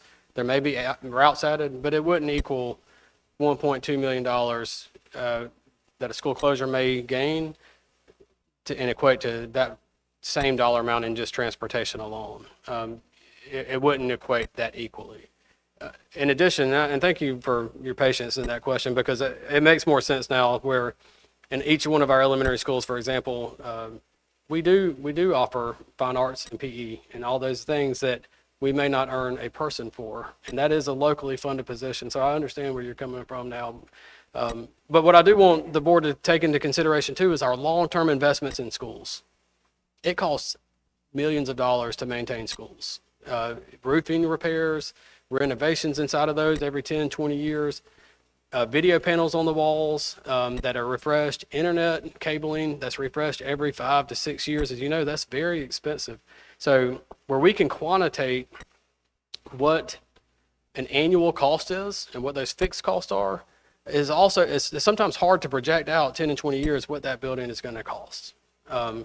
Because inflation happens. The cost of inflation in an air conditioner at my own house went up $2,000 in a year because I didn't buy it last year. That's just a personal item. We got hundreds of the air conditioners on our building. So to repair, replace, maintain buildings, very expensive. And those costs are not quantitated in that $1.2 million per year. What that also means is if we're not spending those dollars, they can go other places, into programs, into better facilities, better buildings, et cetera. So I just want to put that out there as a longer term consideration that is, it's not just that little dollar, it's a long-term investment when we talk about a closure, and especially in great underutilized schools. Thank you. Mr. Hester. Thank you, Mr. Bush. I know this is a tough position to be in. My concern, as I've shared several times, is long-term. You know, I know looks like we got a almost $24 million deficit this coming year, or 27. I'm not sure how we're going to pay that. I know I got an idea, which I'm going to vote against, but that's just me saying. But I'm more concerned about what are we going to do? What are our plans for the future? Are we looking past 27? Are we looking past, and I'm sure you are, but as a district, are we looking down the road? Yeah, absolutely. Absolutely. Everything going on right now is a look down the road. We're looking at consolidation efforts. We're doing studies in efficiency. We're completely, refiguring how our teaching and learning looks in various areas by going back to the state maximum class sizes. All of those are in response to budgetary pressures, unfortunately. And a lot of those budgetary pressures are mandated costs that are beyond our control. That $23 million, we can get it down. But, you saw our operational budget's $45 million. That includes $38 million of that is instructional or transportation. Like, we can't cut ourselves out of operational expenses in this $23 million deficit. I'm just honest. But so there's got to be a balancing act where we got to come down on expenses, and we're doing everything we can to, but there's got to be an equal response revenue-wise, in my personal opinion. I think that's the missing piece, and I think we can meet in the middle. But it's going to take some hard decisions going forward, and that's the long-term look. We got to make these decisions now to gain in the future and stabilize this district. Mr. Morton. Mr. Bush, I want to commend you for bringing up the notion of long-term cost of buildings. Because I know in looking at the most recent East Blast, we have a schedule of when we're going to look at doing some things for buildings. And I think the one thing we know is construction costs are going up. You talked about your air conditioner, for example. I know that the efficiency study recommended an assessment of our facilities to really get a good handle on what the conditions of those buildings are, because whatever we decide to do, to try to, whether you call it right sizing or whatever, it's going to be important to know what's the condition of the building that we're looking to rely upon as a part of our strategy moving forward. I agree. I know that that's one thing we're looking at. I think it's a good idea in terms of, anyway, it speaks for itself at some point. Since long-term is something we have to do anyway, we have to walk and chew gum at the same time here. That's right. So anyway, thank you for bringing that up. Yes, because it is a critical consideration. It's not simply the annual cost of a building. You've talked about other sort of secondary savings, but also the condition of the building also enters into that equation in a significant way. So thank you for that. Yes, sir. Dr. Woodford. Thank you. Thank you, Mr. Bush. We always look forward to this time of the year, right? Right. So my colleagues have talked a lot about numbers, cost, or whatever.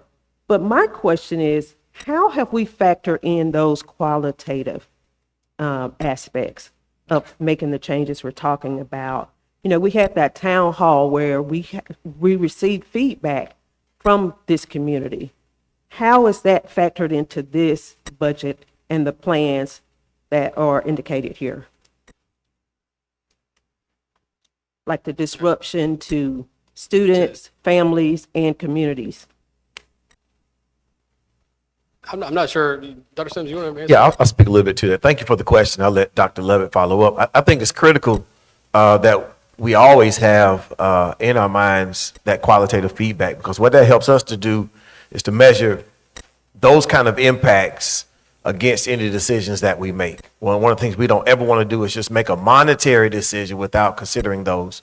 So I'll say in general, as we listen to those potential impacts, it kind of pushes us to look at opportunities for cost savings in other areas so as to minimize impact, revenue producing areas so as to minimize impact. Our goal is always going to be to minimize impact. And even if we have to have impactful timeframes, it's always under the umbrella of the measure of that impact. And here's what I mean.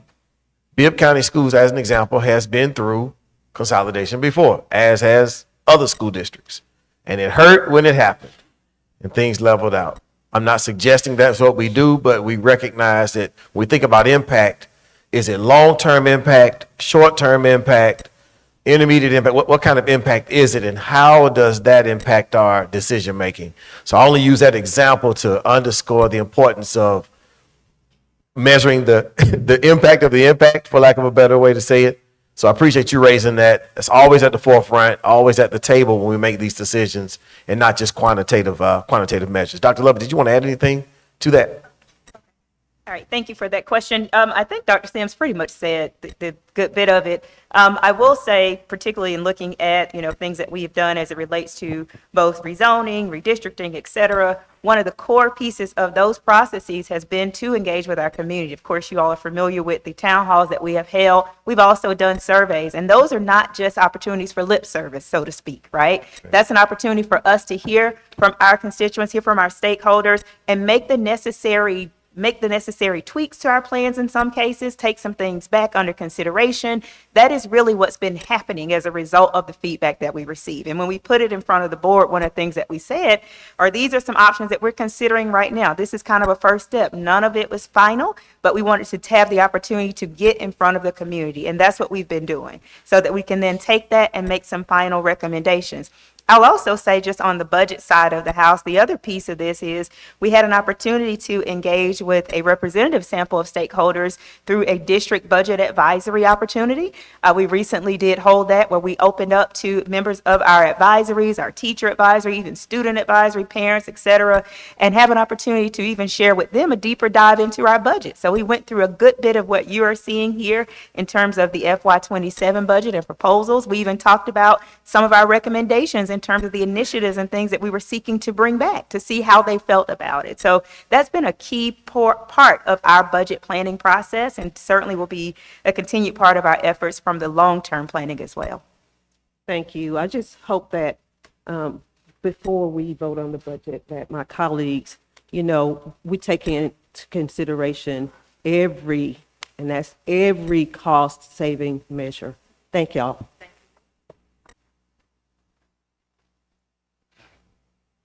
Dr. Ficklin. Chairman, I was just going to ask that we get a full organizational chart. We did get, I guess it was the administrative staff at downtown organizational chart, but a full organizational chart would include each of the schools and the personnel that works at those schools, not the teachers, but just the people who are in the administration.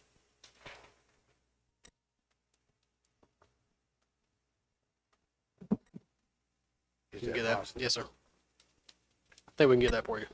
Yes, sir. Are there any other questions? Thank you for your presentation. Thank you all. Appreciate it, Mr. Bush. Yes, Our next item is number FSS 5, requesting a revision of the Bibb County fiscal year 25 capital outlay funding application for Howard High School. Mr. Kitchens, Mr. Simmons. Oh, wait, did I get it? Oh, I'm sorry, FSS 4, I skipped over you. Sorry, Mr. Simmons. Installation of building automation system for SOAR Academy. Good evening, President Martin, board members. Superintendent. This memorandum requests the installation of direct digital controls, building automation system utilizing carrier iView controls at SOAR Academy to provide centralized building controls, equipment performance monitoring, and energy management capabilities. It is recommended that the board authorize the superintendent to issue a purchase order to Commercial Controls Group Incorporated for the installation of the Carrier iView building automation system at SOAR Academy in the amount of $370,736. This project will be funded by the 2021 eSplosh. You've heard the recommendation. Is there a motion to approve? Moved by Dr. Ficklin, second by Ms. Johnson. Are there any questions? Yes, Dr. Ficklin. It's full. This is FSS 4, yes. Yeah. It said that this was a sole source supplier. Yes. Yes.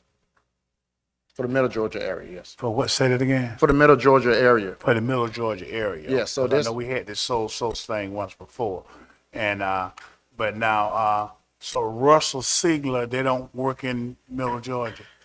Who is that again? Russell Siegel. Sigler. I have to research that. Okay, so they don't work in here. And then, of course, are we getting a standard or a plus or a pro type of system in these buildings? So this is actually the iView system. So the current system we have now is antiquated and outdated. It's still operating off of Windows. So we're just 10. getting another standard. We're No, not getting, this is an upgrade. This is not a replacement. This is an upgrade to is our it a Carrier plus iView. or a pro? Ooh, that's a good question, Dr. Fick. I would say middle. I can't judge it by plus or more. It's a better control system that we currently have, which is a Novar system, which is outdated. Okay, so Carrier is the only one that's in Miller, Georgia that carries this system. Correct. Are there any other questions? Hearing none, all those in favor of the motion state by saying aye. Aye. All opposed, nay. The motion carries unanimously and will be sent to the consent agenda. Thank you, Mr. Simmons. Our next item, FSS 5, requesting a revision of the fiscal 25 capital outlay funding application for Howard High School. Hello, Mr. Kitchens. Good afternoon, board members. President Morton, Superintendent Dr. Sims. Capital Programs is requesting the board approve the revision of the FY25 capital outlay funding application of the Board of Education. In this application, the renovations at Howard High School originally included car and bus canopies, and during the planning and design phase, it was determined they were not needed to be replaced at the time. So we're requesting removal of these canopies from the application. And it's recommended the Bibb County Board of Education approve the revision of the FY25 capital outlay funding application to remove the kitchen equipment and car and bus canopies from Howard High School FY 2025 capital outlay program. You've heard the recommendation. Is there a motion to approve? So moved. Moved by Dr. Ficklin, second by Mr. Freeman. Are there any questions? Hearing none, all those in favor state by saying aye. All opposed, nay.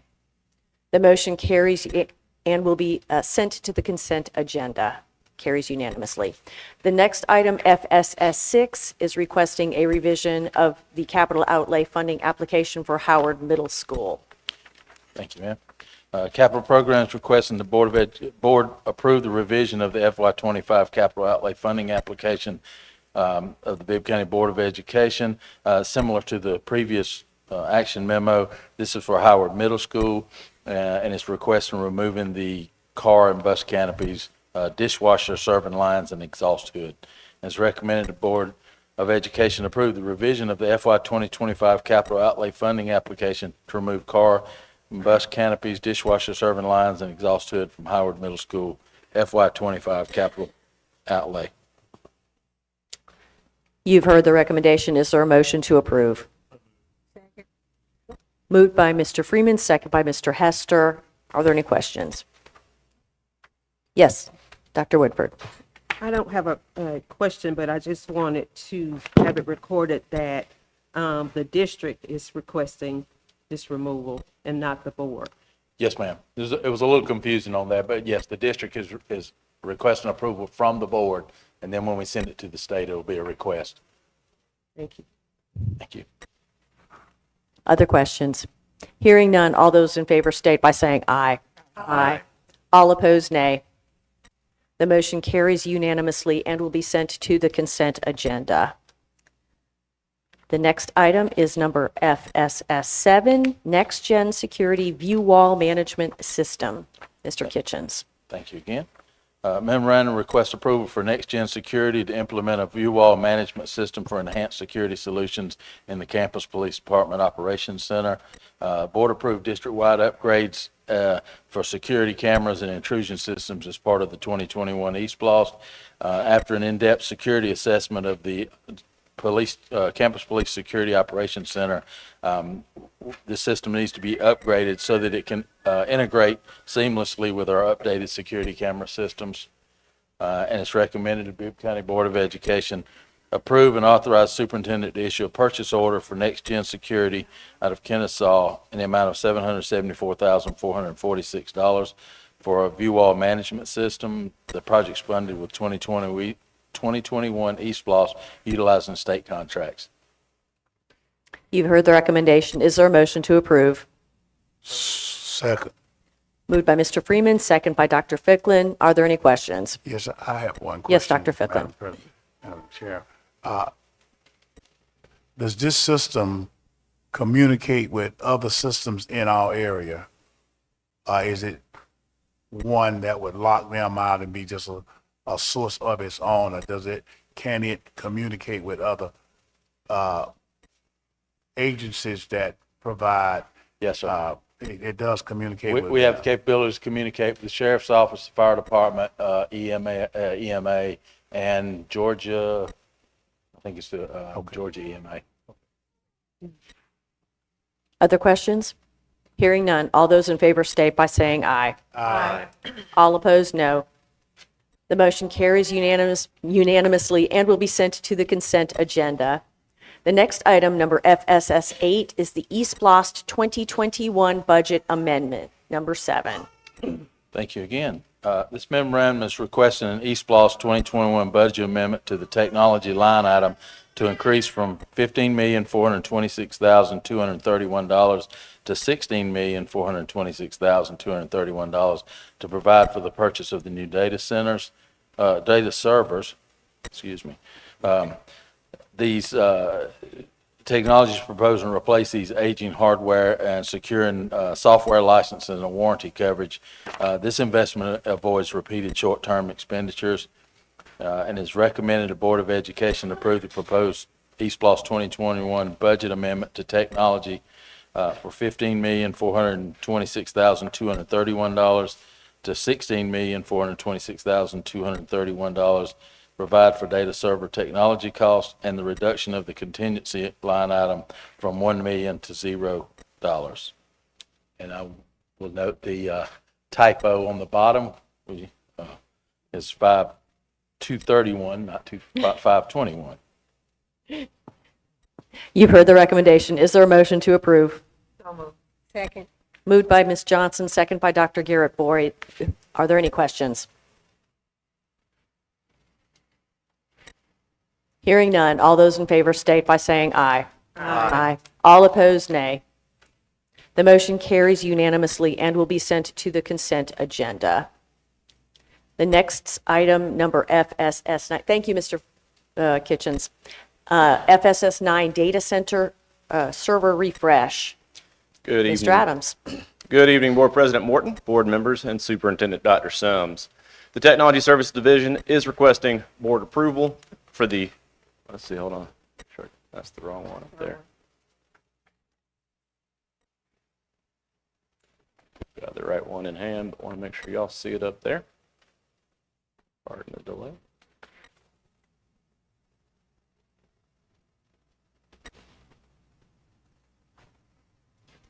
Here we go. My apologies. I'll start again. The Technology Service Division is requesting board approval to replace the district's core data center server cluster. The current infrastructure is beyond its supported life cycle, is no longer under warranty, and presents increasing operational, financial, and security risk.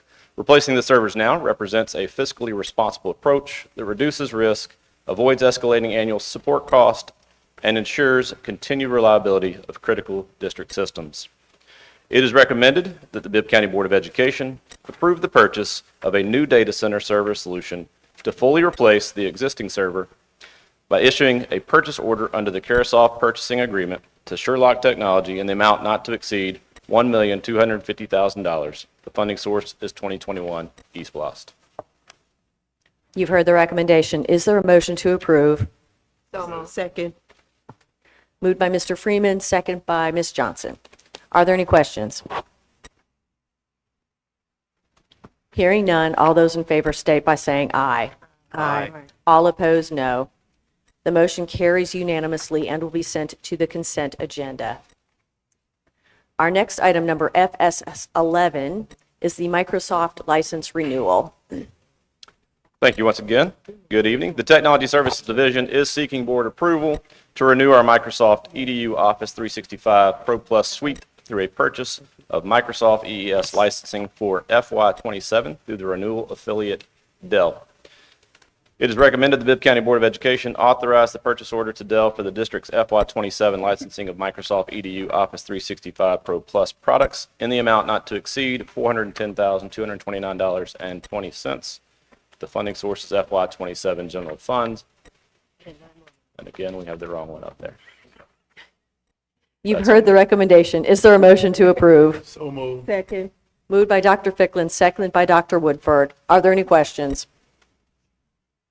Hearing none, all those in favor state by saying aye. Aye. All opposed, nay. The motion carries unanimously and will be sent to the consent agenda. Thank you. The next item is number FSS 12, View Path Renewal. That one was removed from the. Oh, that was renewal? Okay. I thought it was FSS 10 that was removed. Both were Both. removed. Both were removed. Gotcha. Okay. That concludes the business, thank you, Mr. Adams, of the Fiscal Support Services Committee.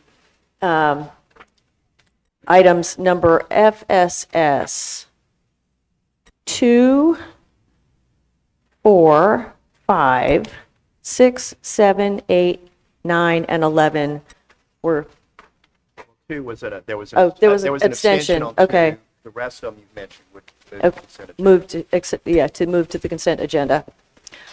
Thank you, Mr. President. No, thank you. Thank you, Ms. Hanlon. Next, we have Policy and Rules Committee, Dr. Well, I'm Saturday informed. okay. Ms. Johnson, take it away. Well, what's, Thank you. At this time, we will have PR1, Policy IKKB, Divisive Concept Complaint Resolution Process. Good evening, President Morton, board members, and Superintendent Dr. Sims.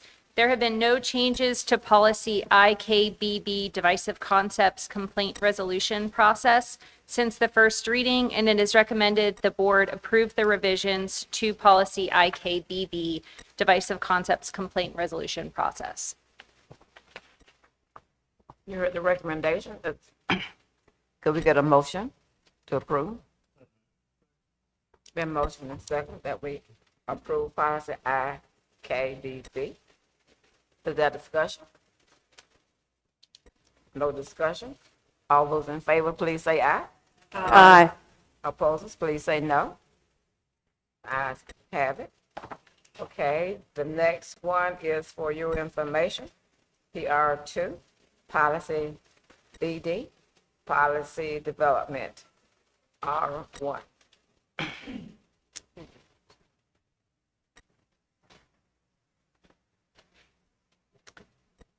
Okay, the district is presenting policy BD, policy development for first reading.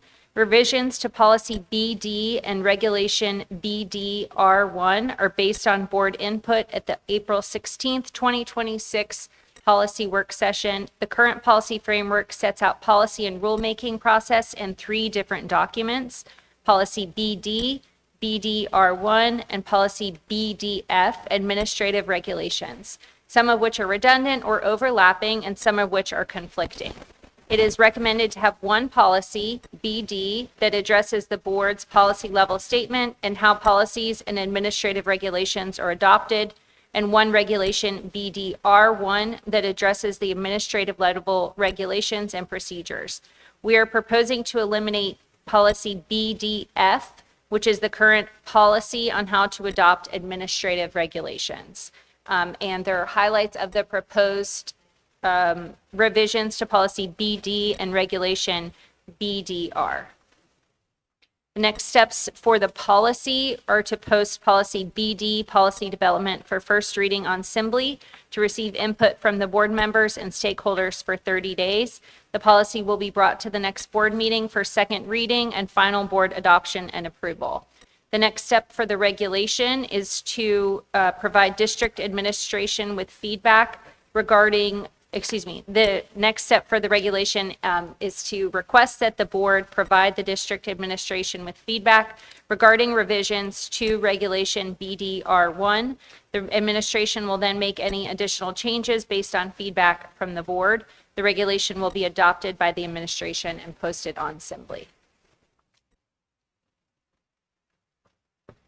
Thank you for that presentation. And the ones that are down for first reading, I encourage us all to look at them, because I'm going to be talking with the attorneys to look at the administrative rules so that we can get some more specificity in budgeting.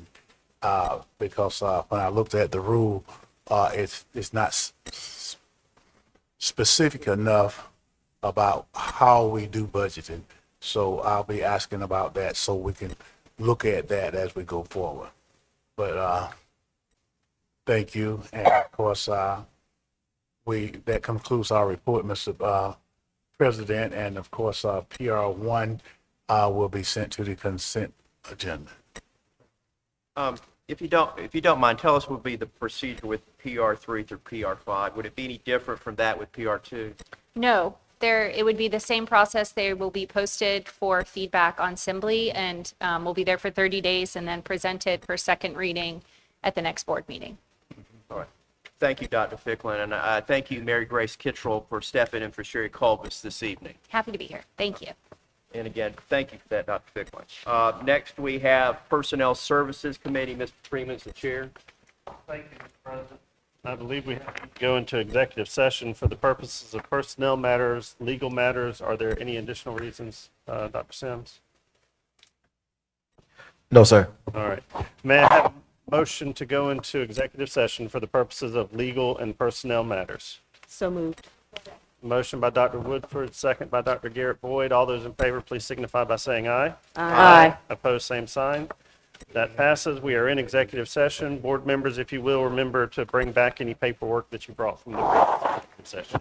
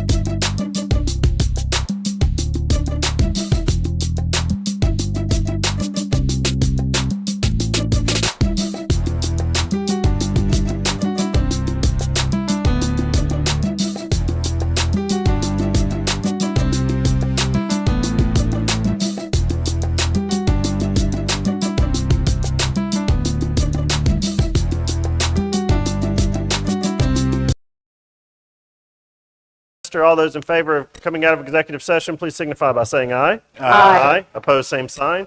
We are out of executive session. Board members, may I have a motion to approve PS1 as presented? So moved. Second.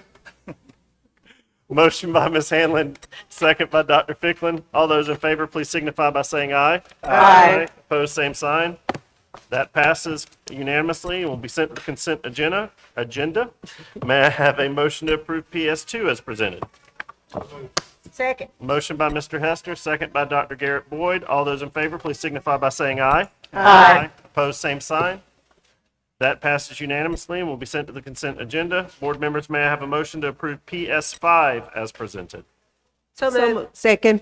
Motion by Dr. Garrett Boyd, second by Dr. Woodford. All those in favor, please signify by saying aye. Aye. That passes unanimously. Mr. President, that concludes the business of the Personnel Services Committee. PS 1, 2, and 5 will be sent to the consent agenda. All right. Thank you, Mr. Freeman. Board members, you have some information items on the balance of the agenda. Anything else before I ask for a motion to adjourn? There being none, do I have a motion to adjourn the committee meeting? So moved. Second.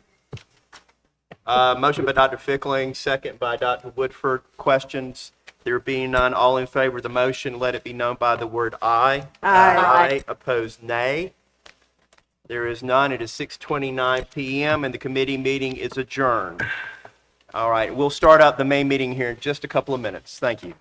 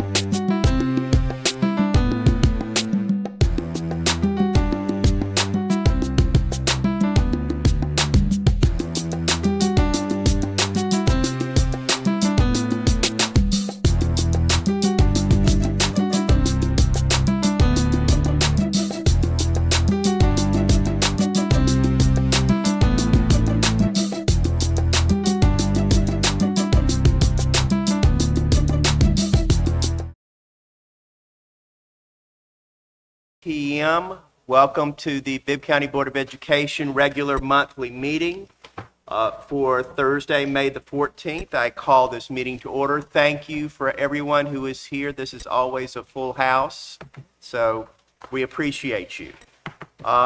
First, board members, we need to address the agenda. There are a couple of amendments that need to be made. So first,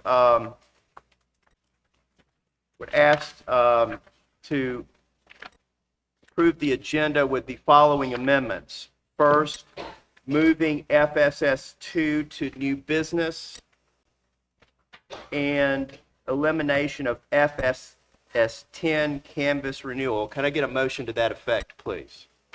Second. Motion by Mr. Freeman, second by Dr. Woodford. Any discussion? There being none, all in favor of the motion, let it be known by the word aye. Aye. Opposed, nay. There is none. Now, board members, I would ask for a motion to approve the agenda as amended. Second. Motion by Mr. Freeman, second by Ms. Hanlon. Any discussion? There being none, all in favor of the motion, let it be known by the word aye. Aye. Opposed, nay. There is none. Yes, ma'am. I just want to clarify how you would like to treat FSS 3 on the consent agenda since it was Oh, amended. that, you're actually, good point, good point. So, thank you very much. Also, board members, let me add on to that motion that we need to remove FSS3, which was a presentation and not an action item. So, could I get a motion to amend the agenda to move FSS2 to new business, to remove FSS3, and also to remove FSS10? So moved. And 12. And it was already removed Oh, it was already earlier, okay. so. There you go. So would you, second, thank you. Motion by Dr. Woodford, second by Mr. Freeman. Any discussion? There being none, all in favor of the motion, let it be known by the word aye. Aye. Opposed, nay. There is none. That passes. And finally, board members, I would ask for a motion to approve the agenda as amended. Second. Motion by Mr. Freeman, second by Ms. Hanlon. Any questions? There being none, all in favor of the motion, let it be known by the word aye. Aye. Opposed, nay. There is none, and we have approved the amendment as amended. Thank you, Ms. Kittrell, for that addition. Next is the Pledge of Allegiance. So we're going to have a tag team Pledge of Allegiance from Sonny Carter with Ima Lugmani and Luis Vasquez. So would you both of y'all please come forward and take us through the pledge, please.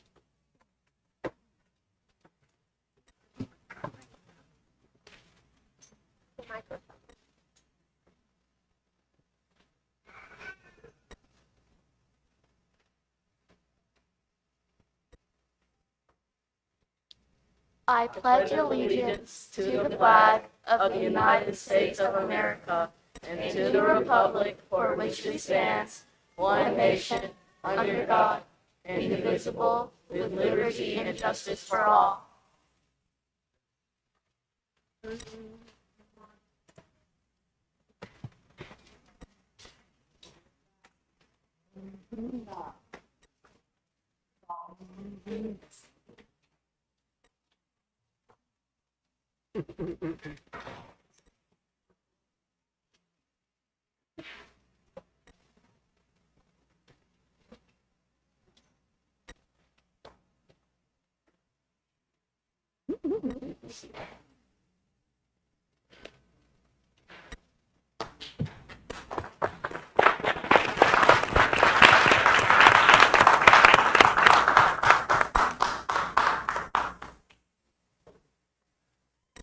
Thank you all for doing that. We really appreciate it.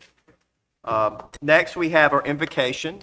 This evening, our invocation will be led by Minister Mildred Inslee of Beulah Land Bible Church.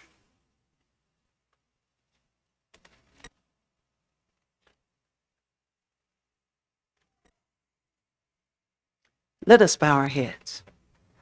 Our Father and our strong God, who art in heaven, we come before you right now, Lord God, as this meeting, the Board of Education, Father, is beginning We invite you, your holy presence, to be among us. We realize we can do nothing without you. Lord God, you brought us through many dangers, toils, and snares. There's so many young, so many that have grown old that are in the midst today. And Lord God, I am praying right now in thy name that you would hear and answer all of our prayers, for there's much ground to cover. There are many accomplishments that have taken place. There's some that have come down to the crossroads where they're saying, right now, enough. And Lord God, I am just praying for everyone under the sound of my voice, that you would hear their humble cries, that you will answer, Lord God, that you would make ways out of no way, that you will continue to allow us to let our light so shine that men may see our good works and glorify you who's in heaven. And so, Lord God, as I move from this podium, hear my prayer. Lord God, answer, make this meeting be one of the very best ever, because you are in the midst. We ask it all in thy name, and we pray, amen. Amen. Thank you, Minister Inslee. Next, we have the report of the superintendent, Dr. Sims. Thank you, Board President Morton, and good evening to everybody. It's so great to see you. Before I begin, I do want to acknowledge, I believe, two of our elected officials in the audience, Commissioner Donnice Bryant and Commissioner Stanley Stewart. Thank you so much for being here. We appreciate you and your leadership. And with that said, each month during the board meeting, we present highlights happening within our schools and district. This month's featured artwork is by Southfield Elementary students led by art teacher Marlon Thompson. Students are introduced to a variety of forms that encourage exploration, experimentation, and creativity across all grade levels. They are given opportunities to develop their artistic abilities to their fullest potential while collaborating with peers, building meaningful relationships, and feeling consistently motivated and supported.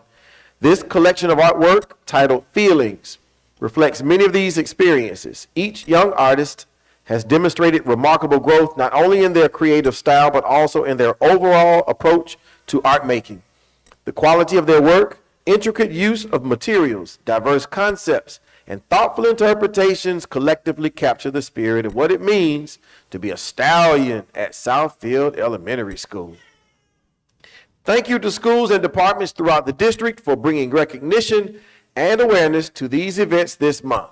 Asian Pacific American Heritage Month, National Physical Fitness and Sports Month, National Speech Language Hearing Month, Mental Health Awareness Month, School Principals Day, School Lunch Hero Day, National Teacher Appreciation Week, National School Nurse Day, National Interpreter Appreciation Day, School Communicators Day, National Police Week, and National Speech Pathologist Day. The district joined with partners Highland Electric Fleets and Bluebird Corporation to celebrate the ribbon cutting of 15 electric buses and the associated charging stations. These buses are a part of a growing transition for the district, which also has 71 propane-powered buses. We are thankful for these partnerships that help create a safer environment for our students.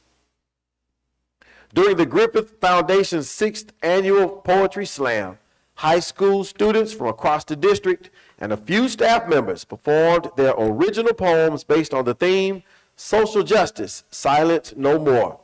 Seniors earned a total, listen to this, of 30,000 big ones, $30,000 in scholarships during this outstanding event. We had a great time at River North Country Club during the 4th annual Bibb County Education Foundation Golf Tournament sponsored by ICB Construction Group. Over the last 4 years, this event has raised more than $50,000 for Bibb County students and classrooms. Yes. Thank you to Georgia School Boards Association and United Way of Central Georgia Community Schools United for hosting a service project event, Walking School Bus, Days of Giving at L.H. Williams Elementary. Guests, including Bibb County Board of Education members, and this was spearheaded by Board Member Dr. Sandra Woodford, provided encouragement to students and staff as they prepared for a successful day of Georgia Milestones testing. The Veterans Elementary Dancing Heroes, led by instructor Tara Hitchcock, did an amazing job performing at the Pan-African Festival and the Amstar Movie Theater for the Macon opening weekend. They truly represented our district with excellence, confidence, and pride. Our athletic department held its 4th annual Bibb Awards ceremony to recognize athletes, coaches, and teams from across the district. This was the brainchild of our athletic director on the wall in the back, Kevin Grooms. Well done. In addition,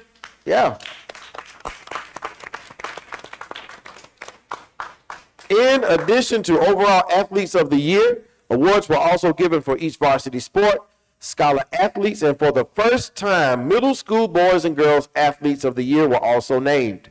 These recognitions highlight the importance of academic success alongside athletic achievement, promoting positive habits that enhance future career opportunities and overall personal well-being. Congratulations to the 2026 Cox Inspirational Student Heroes. 27 students were chosen by a committee of leaders at their schools to honor their resilience in the face of adversity. Whether they have overcome the loss of a family member, medical issue, difficult family situation, or other hardship, they did so with a positive attitude while continuing to encourage and inspire others around them. They are true examples of student leadership in our district, and if you had the chance to hear the stories of these students in this picture, it will make you wonder why anybody else has an excuse. Amazing stories, and despite it all, achieving wonderful things.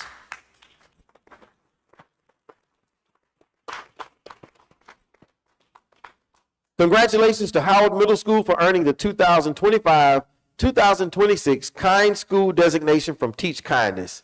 Howard Middle is one of 32 schools nationwide recognized for building a culture of kindness into daily school life.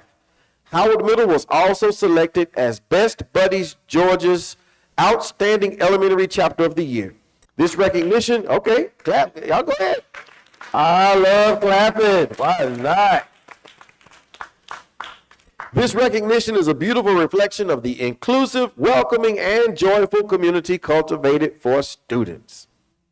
Gear Up, in partnership with Central Georgia Technical College, continues to expand dual enrollment opportunities for students and families across the district. 8th graders have worked diligently to prepare for the AccuPlacer assessment, demonstrating commitment and determination toward their future goals. As a result of recent testing administrations, 46 Gear Up students will, listen to this now, 46 Gear Up students will enroll in dual enrollment courses through Central Georgia Technical College this summer. Yeah.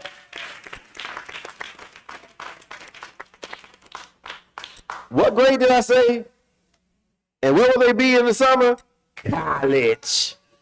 These students are already taking important steps toward earning an associate's degree as members of the class of 2030. Congratulations to Howard High School, Central High School, and Northeast High School for being named a Georgia AP Honor School by the Georgia Department of Education. And to be more specific, Howard High School earned designations for AP Access and Support School and AP STEM School. Central High School earned designations for AP Access, Support School and AP Expansion School. And Northeast High School earned designations for AP Expansion School. This is an amazing accomplishment for these schools. Our CTAE students and staff have been busy this spring. Here are a few highlights from the busyness. We first have the Certified Nursing Assistant or CNA pinning ceremony with Central Georgia Technical College. The joint military signing ceremony encouraging future service members as they prepare to take the next step in serving our nation with courage, leadership, and commitment. Yes, we have students who have already enlisted in the armed services. The Future Educator Signing Day, where students going into a career of education celebrated teachers who inspired them.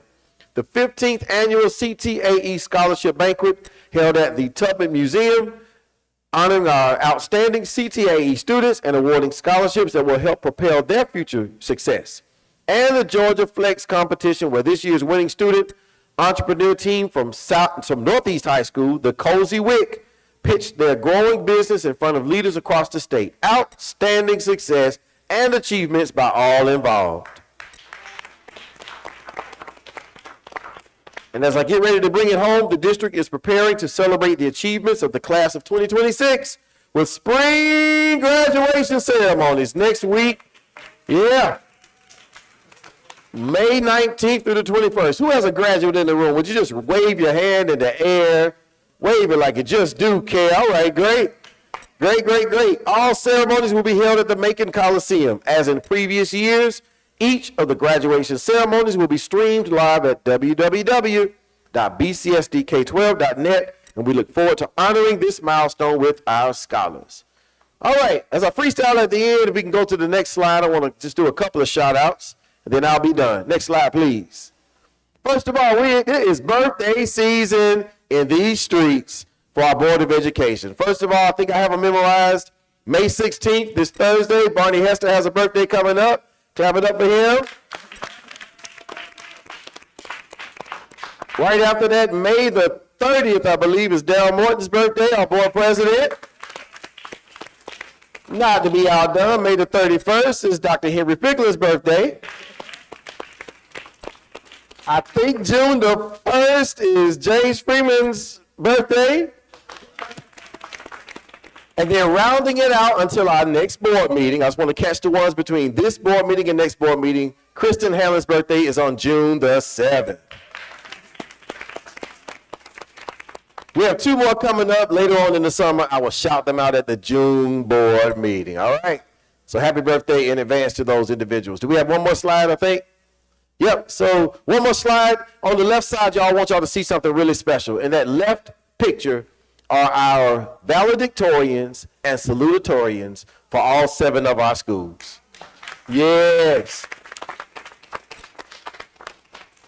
And I want to give a special shout out to our sponsors. I don't have that list in front of me, and I don't want to miss anybody. I think it's SPDG Law Group. We have RLR Architects. We have Towering Your Success. And who am I missing? Parker Poe. Parker Poe. I'm scared. Parker Poe, our legal counsel. ICB. And ICB Construction. And they helped us to provide our students with luggage, a blanket, an iPad, a Leader in Me book, and some other beautiful gifts as they get themselves ready for graduation. They deserved it. Let's go to the bottom right corner. This is my little buddy. I can't remember his name right off, but he is at Sunday Carter Elementary School. I'm calling him out for a reason. As I'm in schools, kids always walk by me. Hey, Dr. Sims. Hey, Dr. Sims. Who is that bald head man? I get it all, right? But when this kid walked by me, he just said, I'm almost a millionaire reader. And he had a book in his hand. And I said, come back here, man. But to watch this kid going up the hallway on the way to the cafeteria, reading, and wanting to tell me how many words he was at, it just touched me, and it made me think about all of our students in all of our schools who are just reading, adding to their words and increasing their intelligence. And he is a crown prince in that space. Upper right-hand corner, that is Weaver Middle School's baseball team. You know, we have I'm not sure what level of championship it is, but they beat out Byron Middle School for the, I don't know, was it the national, international, let's just call it the Middle Georgia Championships in baseball, whatever it was. It was beyond Bibb County. And I went to a part of that game. Those boys can play. It was fantastic. And then the last picture in the orange, I want to give a shout out to the Champs organization through the Bibb Sheriff's Office. They do a fantastic job at coming into our schools, and not just our schools, but charter schools, private schools as well, in encouraging our students to make good choices. And seated on this stage are a combination of private school and public school students. But the 4 young ladies to the left, they are all winners of the essay contest. They read their essays, fantastic writers, deep thinkers, and I'm just so proud of each and every one of them.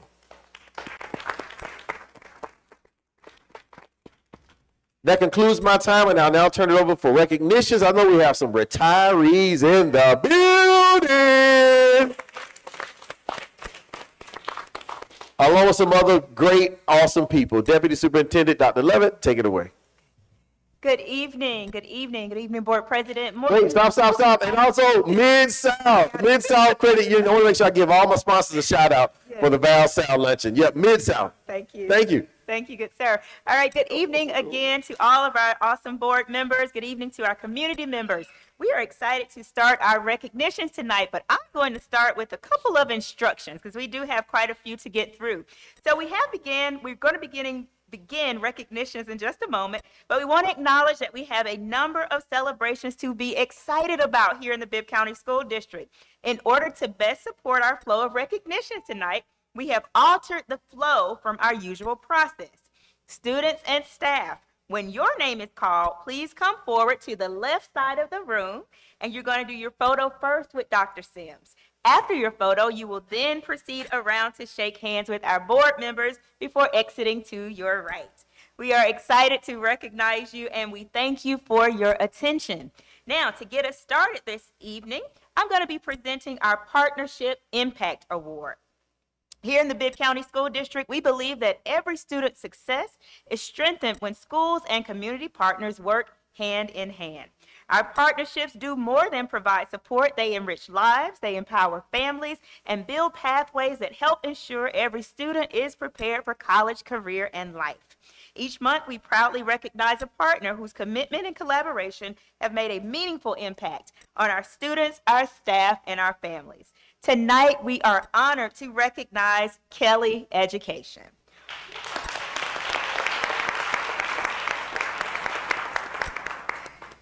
As they're coming around for their picture, again, we want to recognize them for their outstanding partnership and dedication to serving the Bibb County School District and our educators. At this time, we're going to invite them to come forward and shake hands with our board members, receive this recognition, and of course, take the photo with Dr. Sims.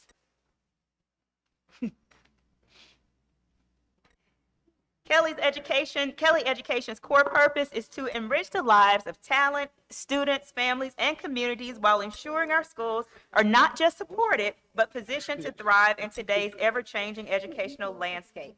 Through their intentional recruitment, hiring, and training efforts, Kelly has helped us build a strong, reliable workforce. For 4 consecutive years, they've maintained a robust substitute pool of more than 600 professionals, ensuring continuity of learning across our schools. Their impact extends well beyond the classroom, and they collaborate with our district departments, such as social studies, social services, to help support families' needs, and to partner with PBIS for meaningful events, such as our Back to School Bash. They are partners with us. Meet Me at the Mall. You can find the Kelly team there, teacher recruitment, and our State of the District. At this time, we invite a representative from Kelly Education, if you wish, to come on over and share a few words. As you wish.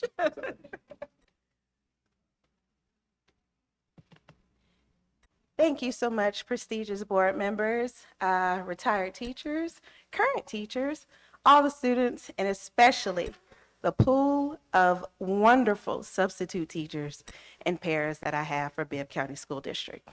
I cannot accept this award without thanking them because they are the ones that put in the hard work every single day. Sorry if my voice is shaking because I do get, emotional.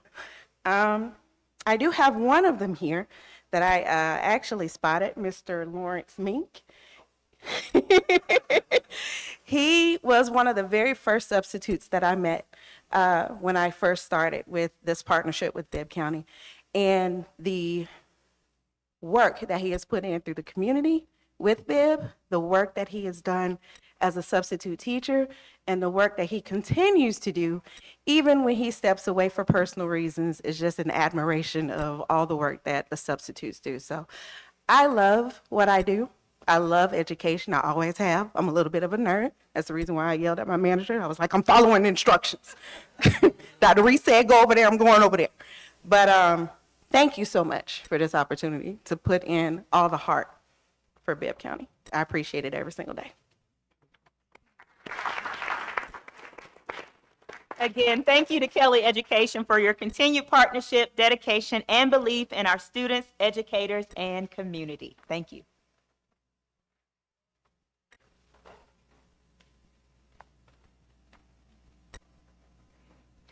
The Math 24 competition tests student speed and accuracy with basic math operations, as well as challenging their creativity. Students compete to secure points by finding a combination of numbers on a card that reach a final total of 24. Each year, a district winner is crowned for 4th and 5th grade. Students, please come forward with school representatives when your name is called. Our 4th grade winner was Shrihan Chapa from Springdale Elementary School.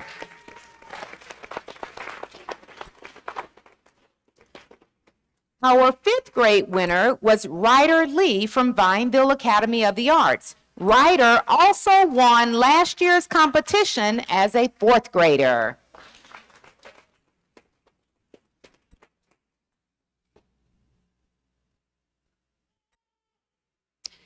Congratulations, Shrihan and Ryder, and thank you for being built for Bibb.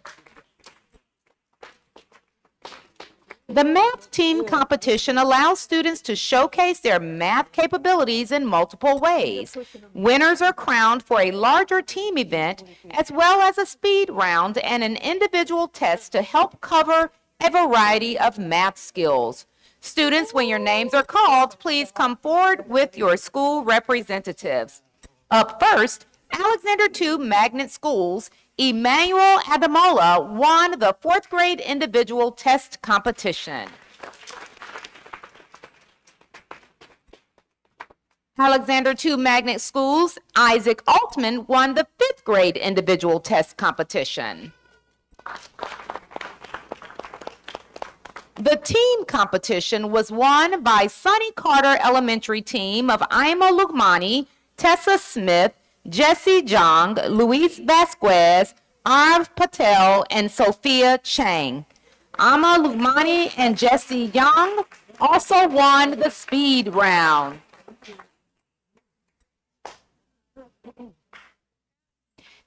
Congratulations and thank you for being built for Bibb.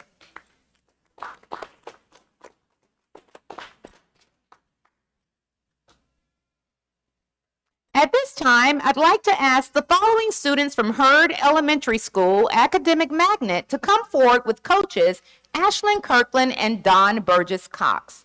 Noah Bender, Mackenzie Burton, Jace Garling, Brianna Hamilton, King Hooker, Kaylee Jackson, Charlie Wynn, Charlie Williams, and Christopher Wilson. Each year, our students compete in Quiz Bowl, which seeks to showcase their academic prowess and quick thinking skills. These teams answer questions from a variety of disciplines and topics under time constraints as they compete for the district crown. This year, Hurd's team came out on top, finishing in 1st place in the district.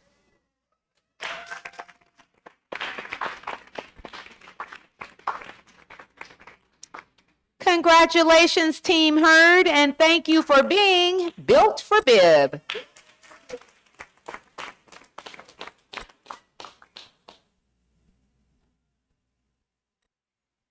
The stock market game, hosted by the Georgia Council on Economic Education, allows students to hone and demonstrate their knowledge of our economic system by managing and investing imaginary funds based on the movement of the real-world stock market.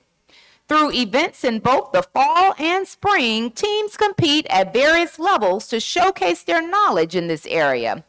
At this time, I'd like to ask our district winners to come forward to be recognized.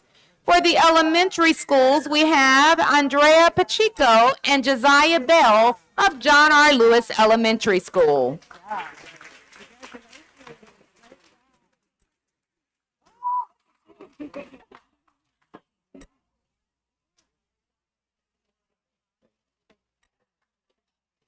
At the middle school level, we have Erica Dennis, Ayana Foster, Jamarion Mason, Kayla Bender, and Serenity Peebles of Miller Magnet Middle School.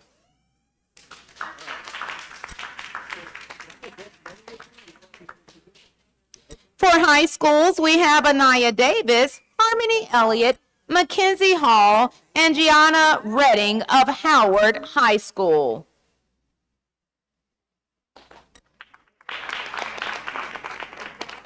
Congratulations to all of our stock market game winners, and thank you for being built for Bibb.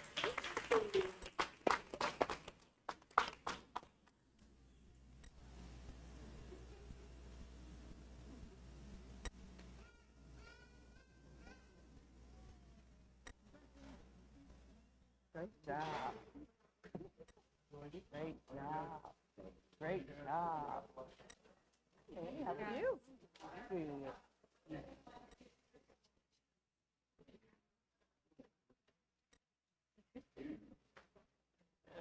Lots of them.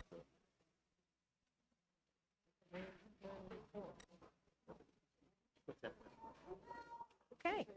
Athletic directors play an important role in our schools, both serving as coaches and leaders for other coaches. This role also requires dedication to the health and well-being of our student athletes and supporters, as well as fiscal responsibility of athletic programs. The district's athletic department, led by AD Kevin Grooms, began hosting an aspiring athletic directors cohort for the last few years to educate and prepare interested coaches for stepping into that role. This year's cohort is the fourth group to complete the award-winning program. When we call your name, please come forward for recognition. Nicholas Hargrove of Appling Middle School.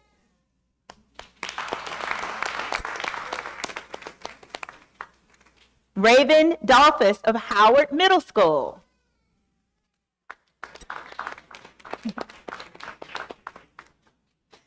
Next up, we have Alexis Rutherford of Howard Middle School.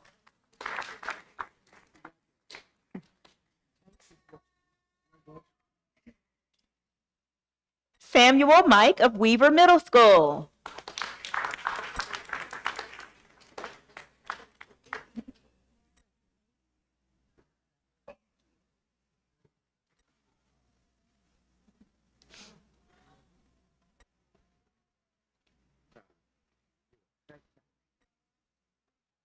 Okay, we have Charles Gordon of Rutland High School.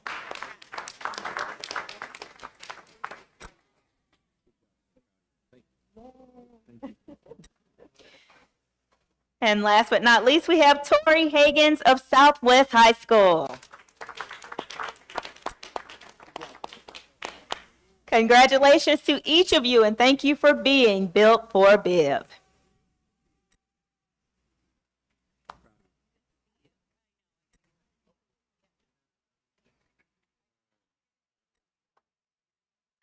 Our district is greatly improved by the multitude of educators who have committed their professional lives to educating young people.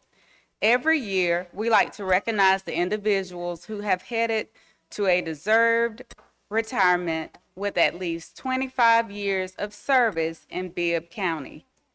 This year, that group includes 28 individuals who have contributed a total of more than 800 years of service to Bibb County students. When your name is called, please come forward to be recognized. Kenneth Bundridge, Vineville Academy. All 36 years in Bibb County.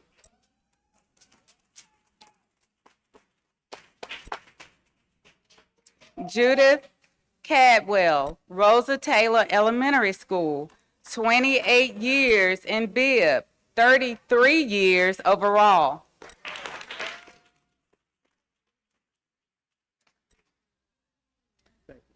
Donald Crafter, Miller Magnet Middle School, 34 years in Bibb, 35 years overall.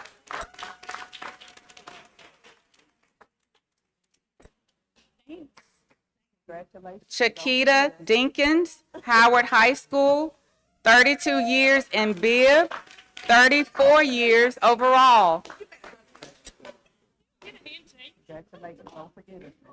Angela Dyer, Northeast High School, all 32 years in Bibb.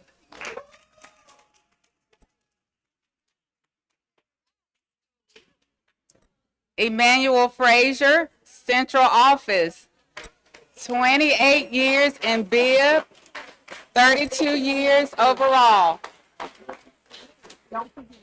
Charlie Fuller, procurement.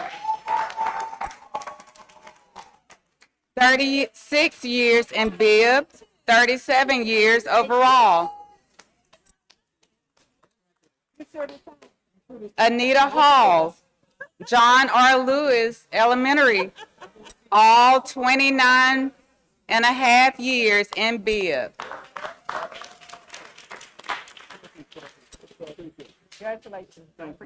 Jacqueline Hubbard, Vineville Academy, all 29 and a half years in Bibb. Barbara Leggett Hughes, Central Office, 35 years in Bibb, 37 years overall. Jennifer Hogan, Howard High School, 26 years in Bibb, 29 years overall.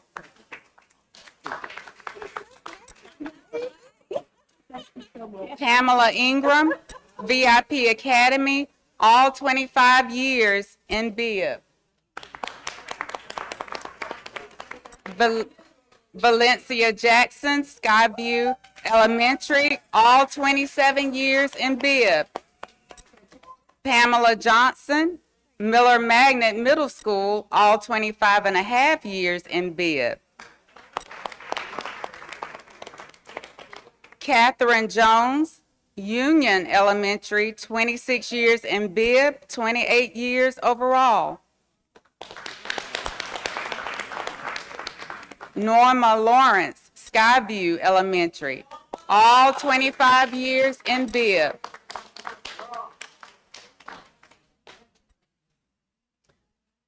Suzanne McCallum, Vineville Academy, all 28 years in Bibb.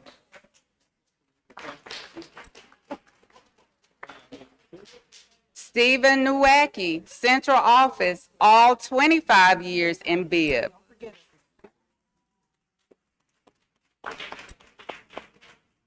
Terry Hart Parker, Weaver Middle School, all 42 and a half years.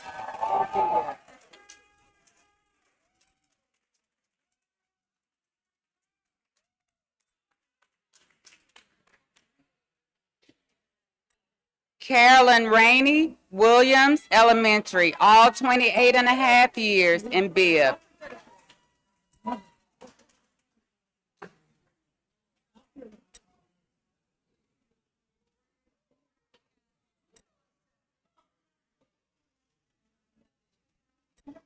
Linda Richardson, John R. Lewis Elementary, all 36 years in Bibb.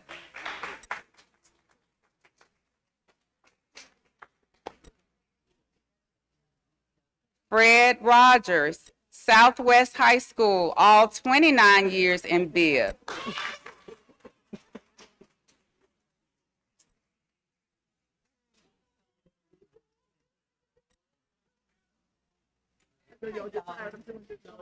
Dorothy Singleton, Bruce Elementary, all 32 years in Bibb.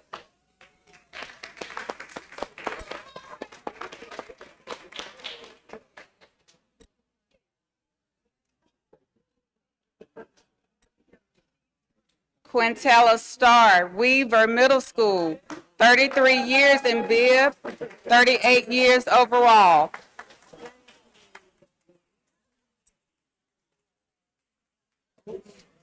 Phyllis Stokes, Skyview Elementary, all 31 years in Bibb. Tammy Toth, Springdale Elementary School, 25 years in Bibb, 34 years overall. Suzanne Wade, Springdale Elementary, 30 years in Bibb, 31 years overall.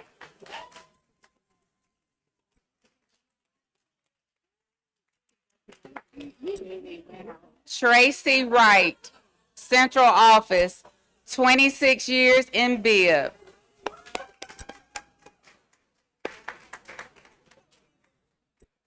Congratulations to all of you, and thank you for being built for Bibb.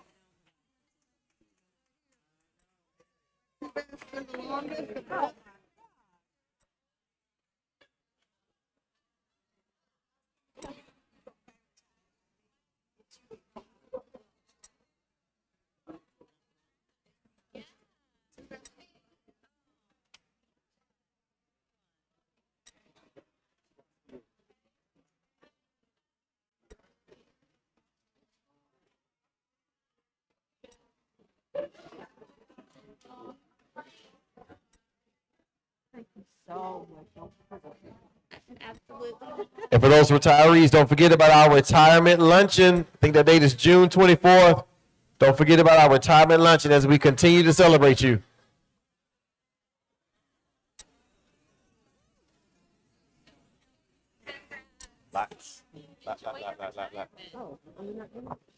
All right. Thank you, Board President Morton. That concludes our report and recognitions.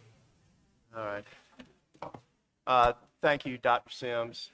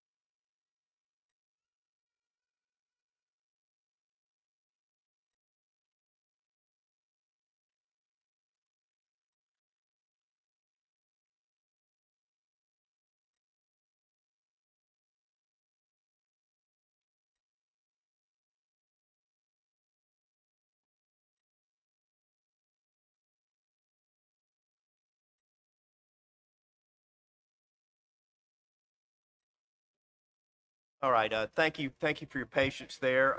Next up, we have the portion of the meeting where visitors get to address the board.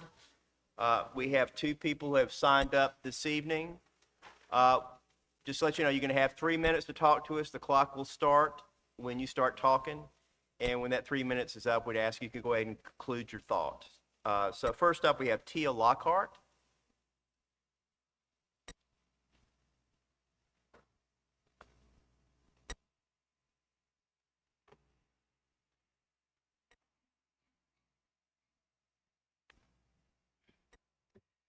Good evening, board members, Superintendent Sims, and community members.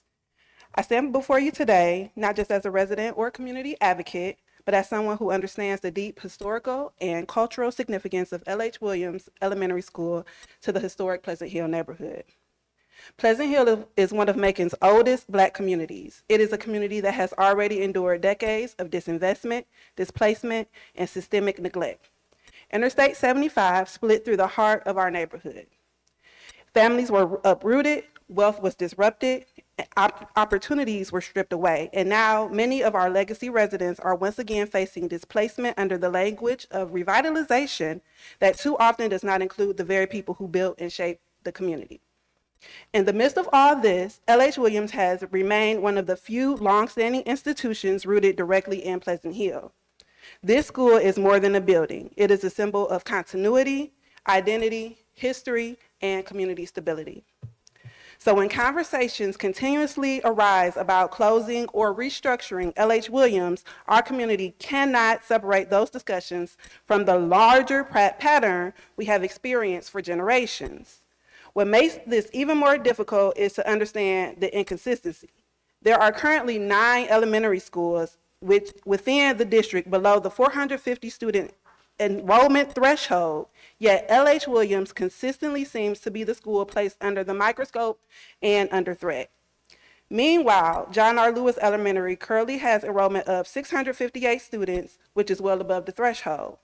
So the question becomes, why are we continuing to discuss closing Williams instead of discussing practical solutions that benefit both schools and students? One solution that could seriously be considered is rezoning some of the children who were previously moved from L.H. Williams to John R. Lewis back into L.H. Williams. This would help relieve overcrowding at Lewis while simultaneously strengthening enrollment at L.H. Williams.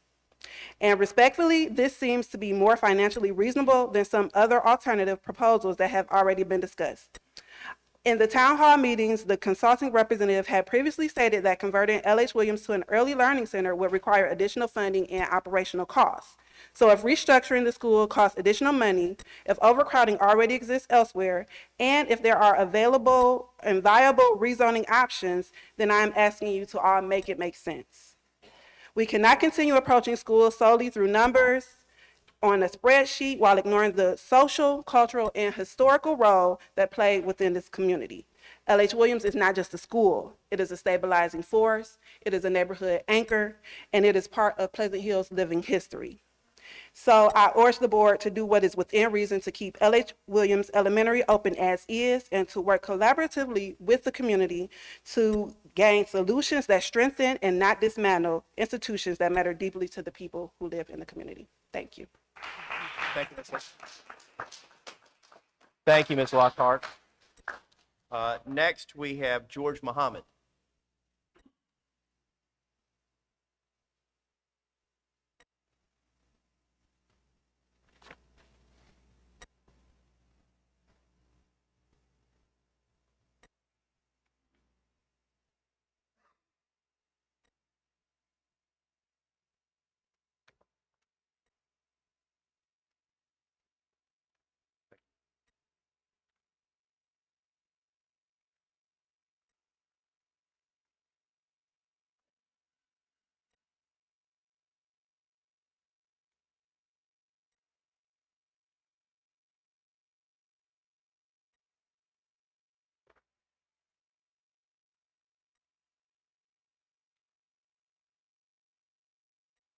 Peace and blessings. L.H. Williams is a part of the system that really gave a lot of great people to this community. When you go back to Ballard Normal in the 1870s, that was moved over into Pleasant Hill, you have a very powerful legacy. Whether you're talking about John Oliver Killens or Lucy Laney, William Scarborough, Lewis Pursley, the architect, Otis Redding, Little Richard, C. Jack Ellis. Two of the notable people I want to mention real quick is currently a person still working in the community who is Dr. Thomas Duvall. This is an L.H. Williams graduate. Also, I'd like to mention my mother, Leontine Fields Espy, a noted English teacher at Ballard Hudson High School, but also a legendary Central High School principal who brought the IB program, the International Baccalaureate program, to Macon, Bibb County. These people come out of L.H. Williams. We have a very strong legacy of education there, and we really don't need it to be wiped away. That would be a crime for us to do that. We really need to stand up, and as Sister Tia mentioned, the 100 to 150 students that were zoned out at John R. Lewis, we really need to work on rezoning. It's only fair. We don't even hear it talking about it.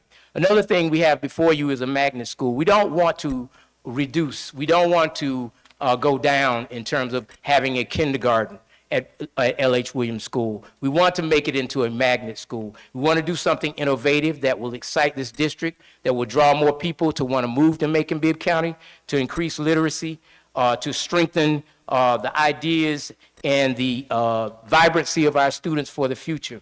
I want to mention also, just earlier this year, in February, we opened a $1 million facility, a medical facility to serve the students and the community. And here we are now again talking about closing the school just at the end of the year. It doesn't make sense.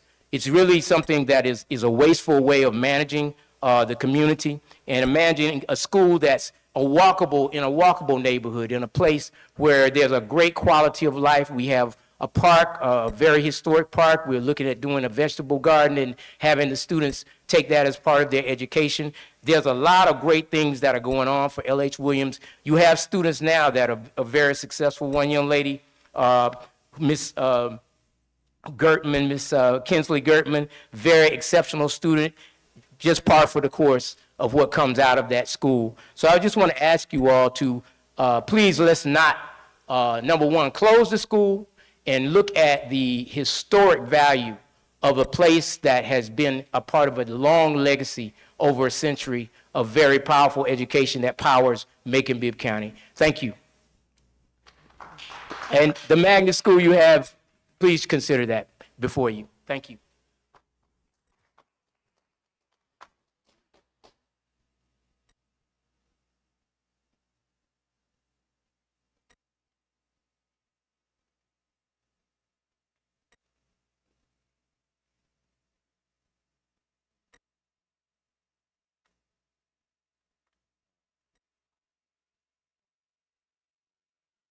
All right. All right. Next, we have the consent agenda. Oh, excuse me, Dr. Sims, is there a reason for executive session? No, sir. All right. Next, we have the consent agenda, which includes the confirmation of minutes from prior meetings as well as items that passed unanimously at the committee meeting.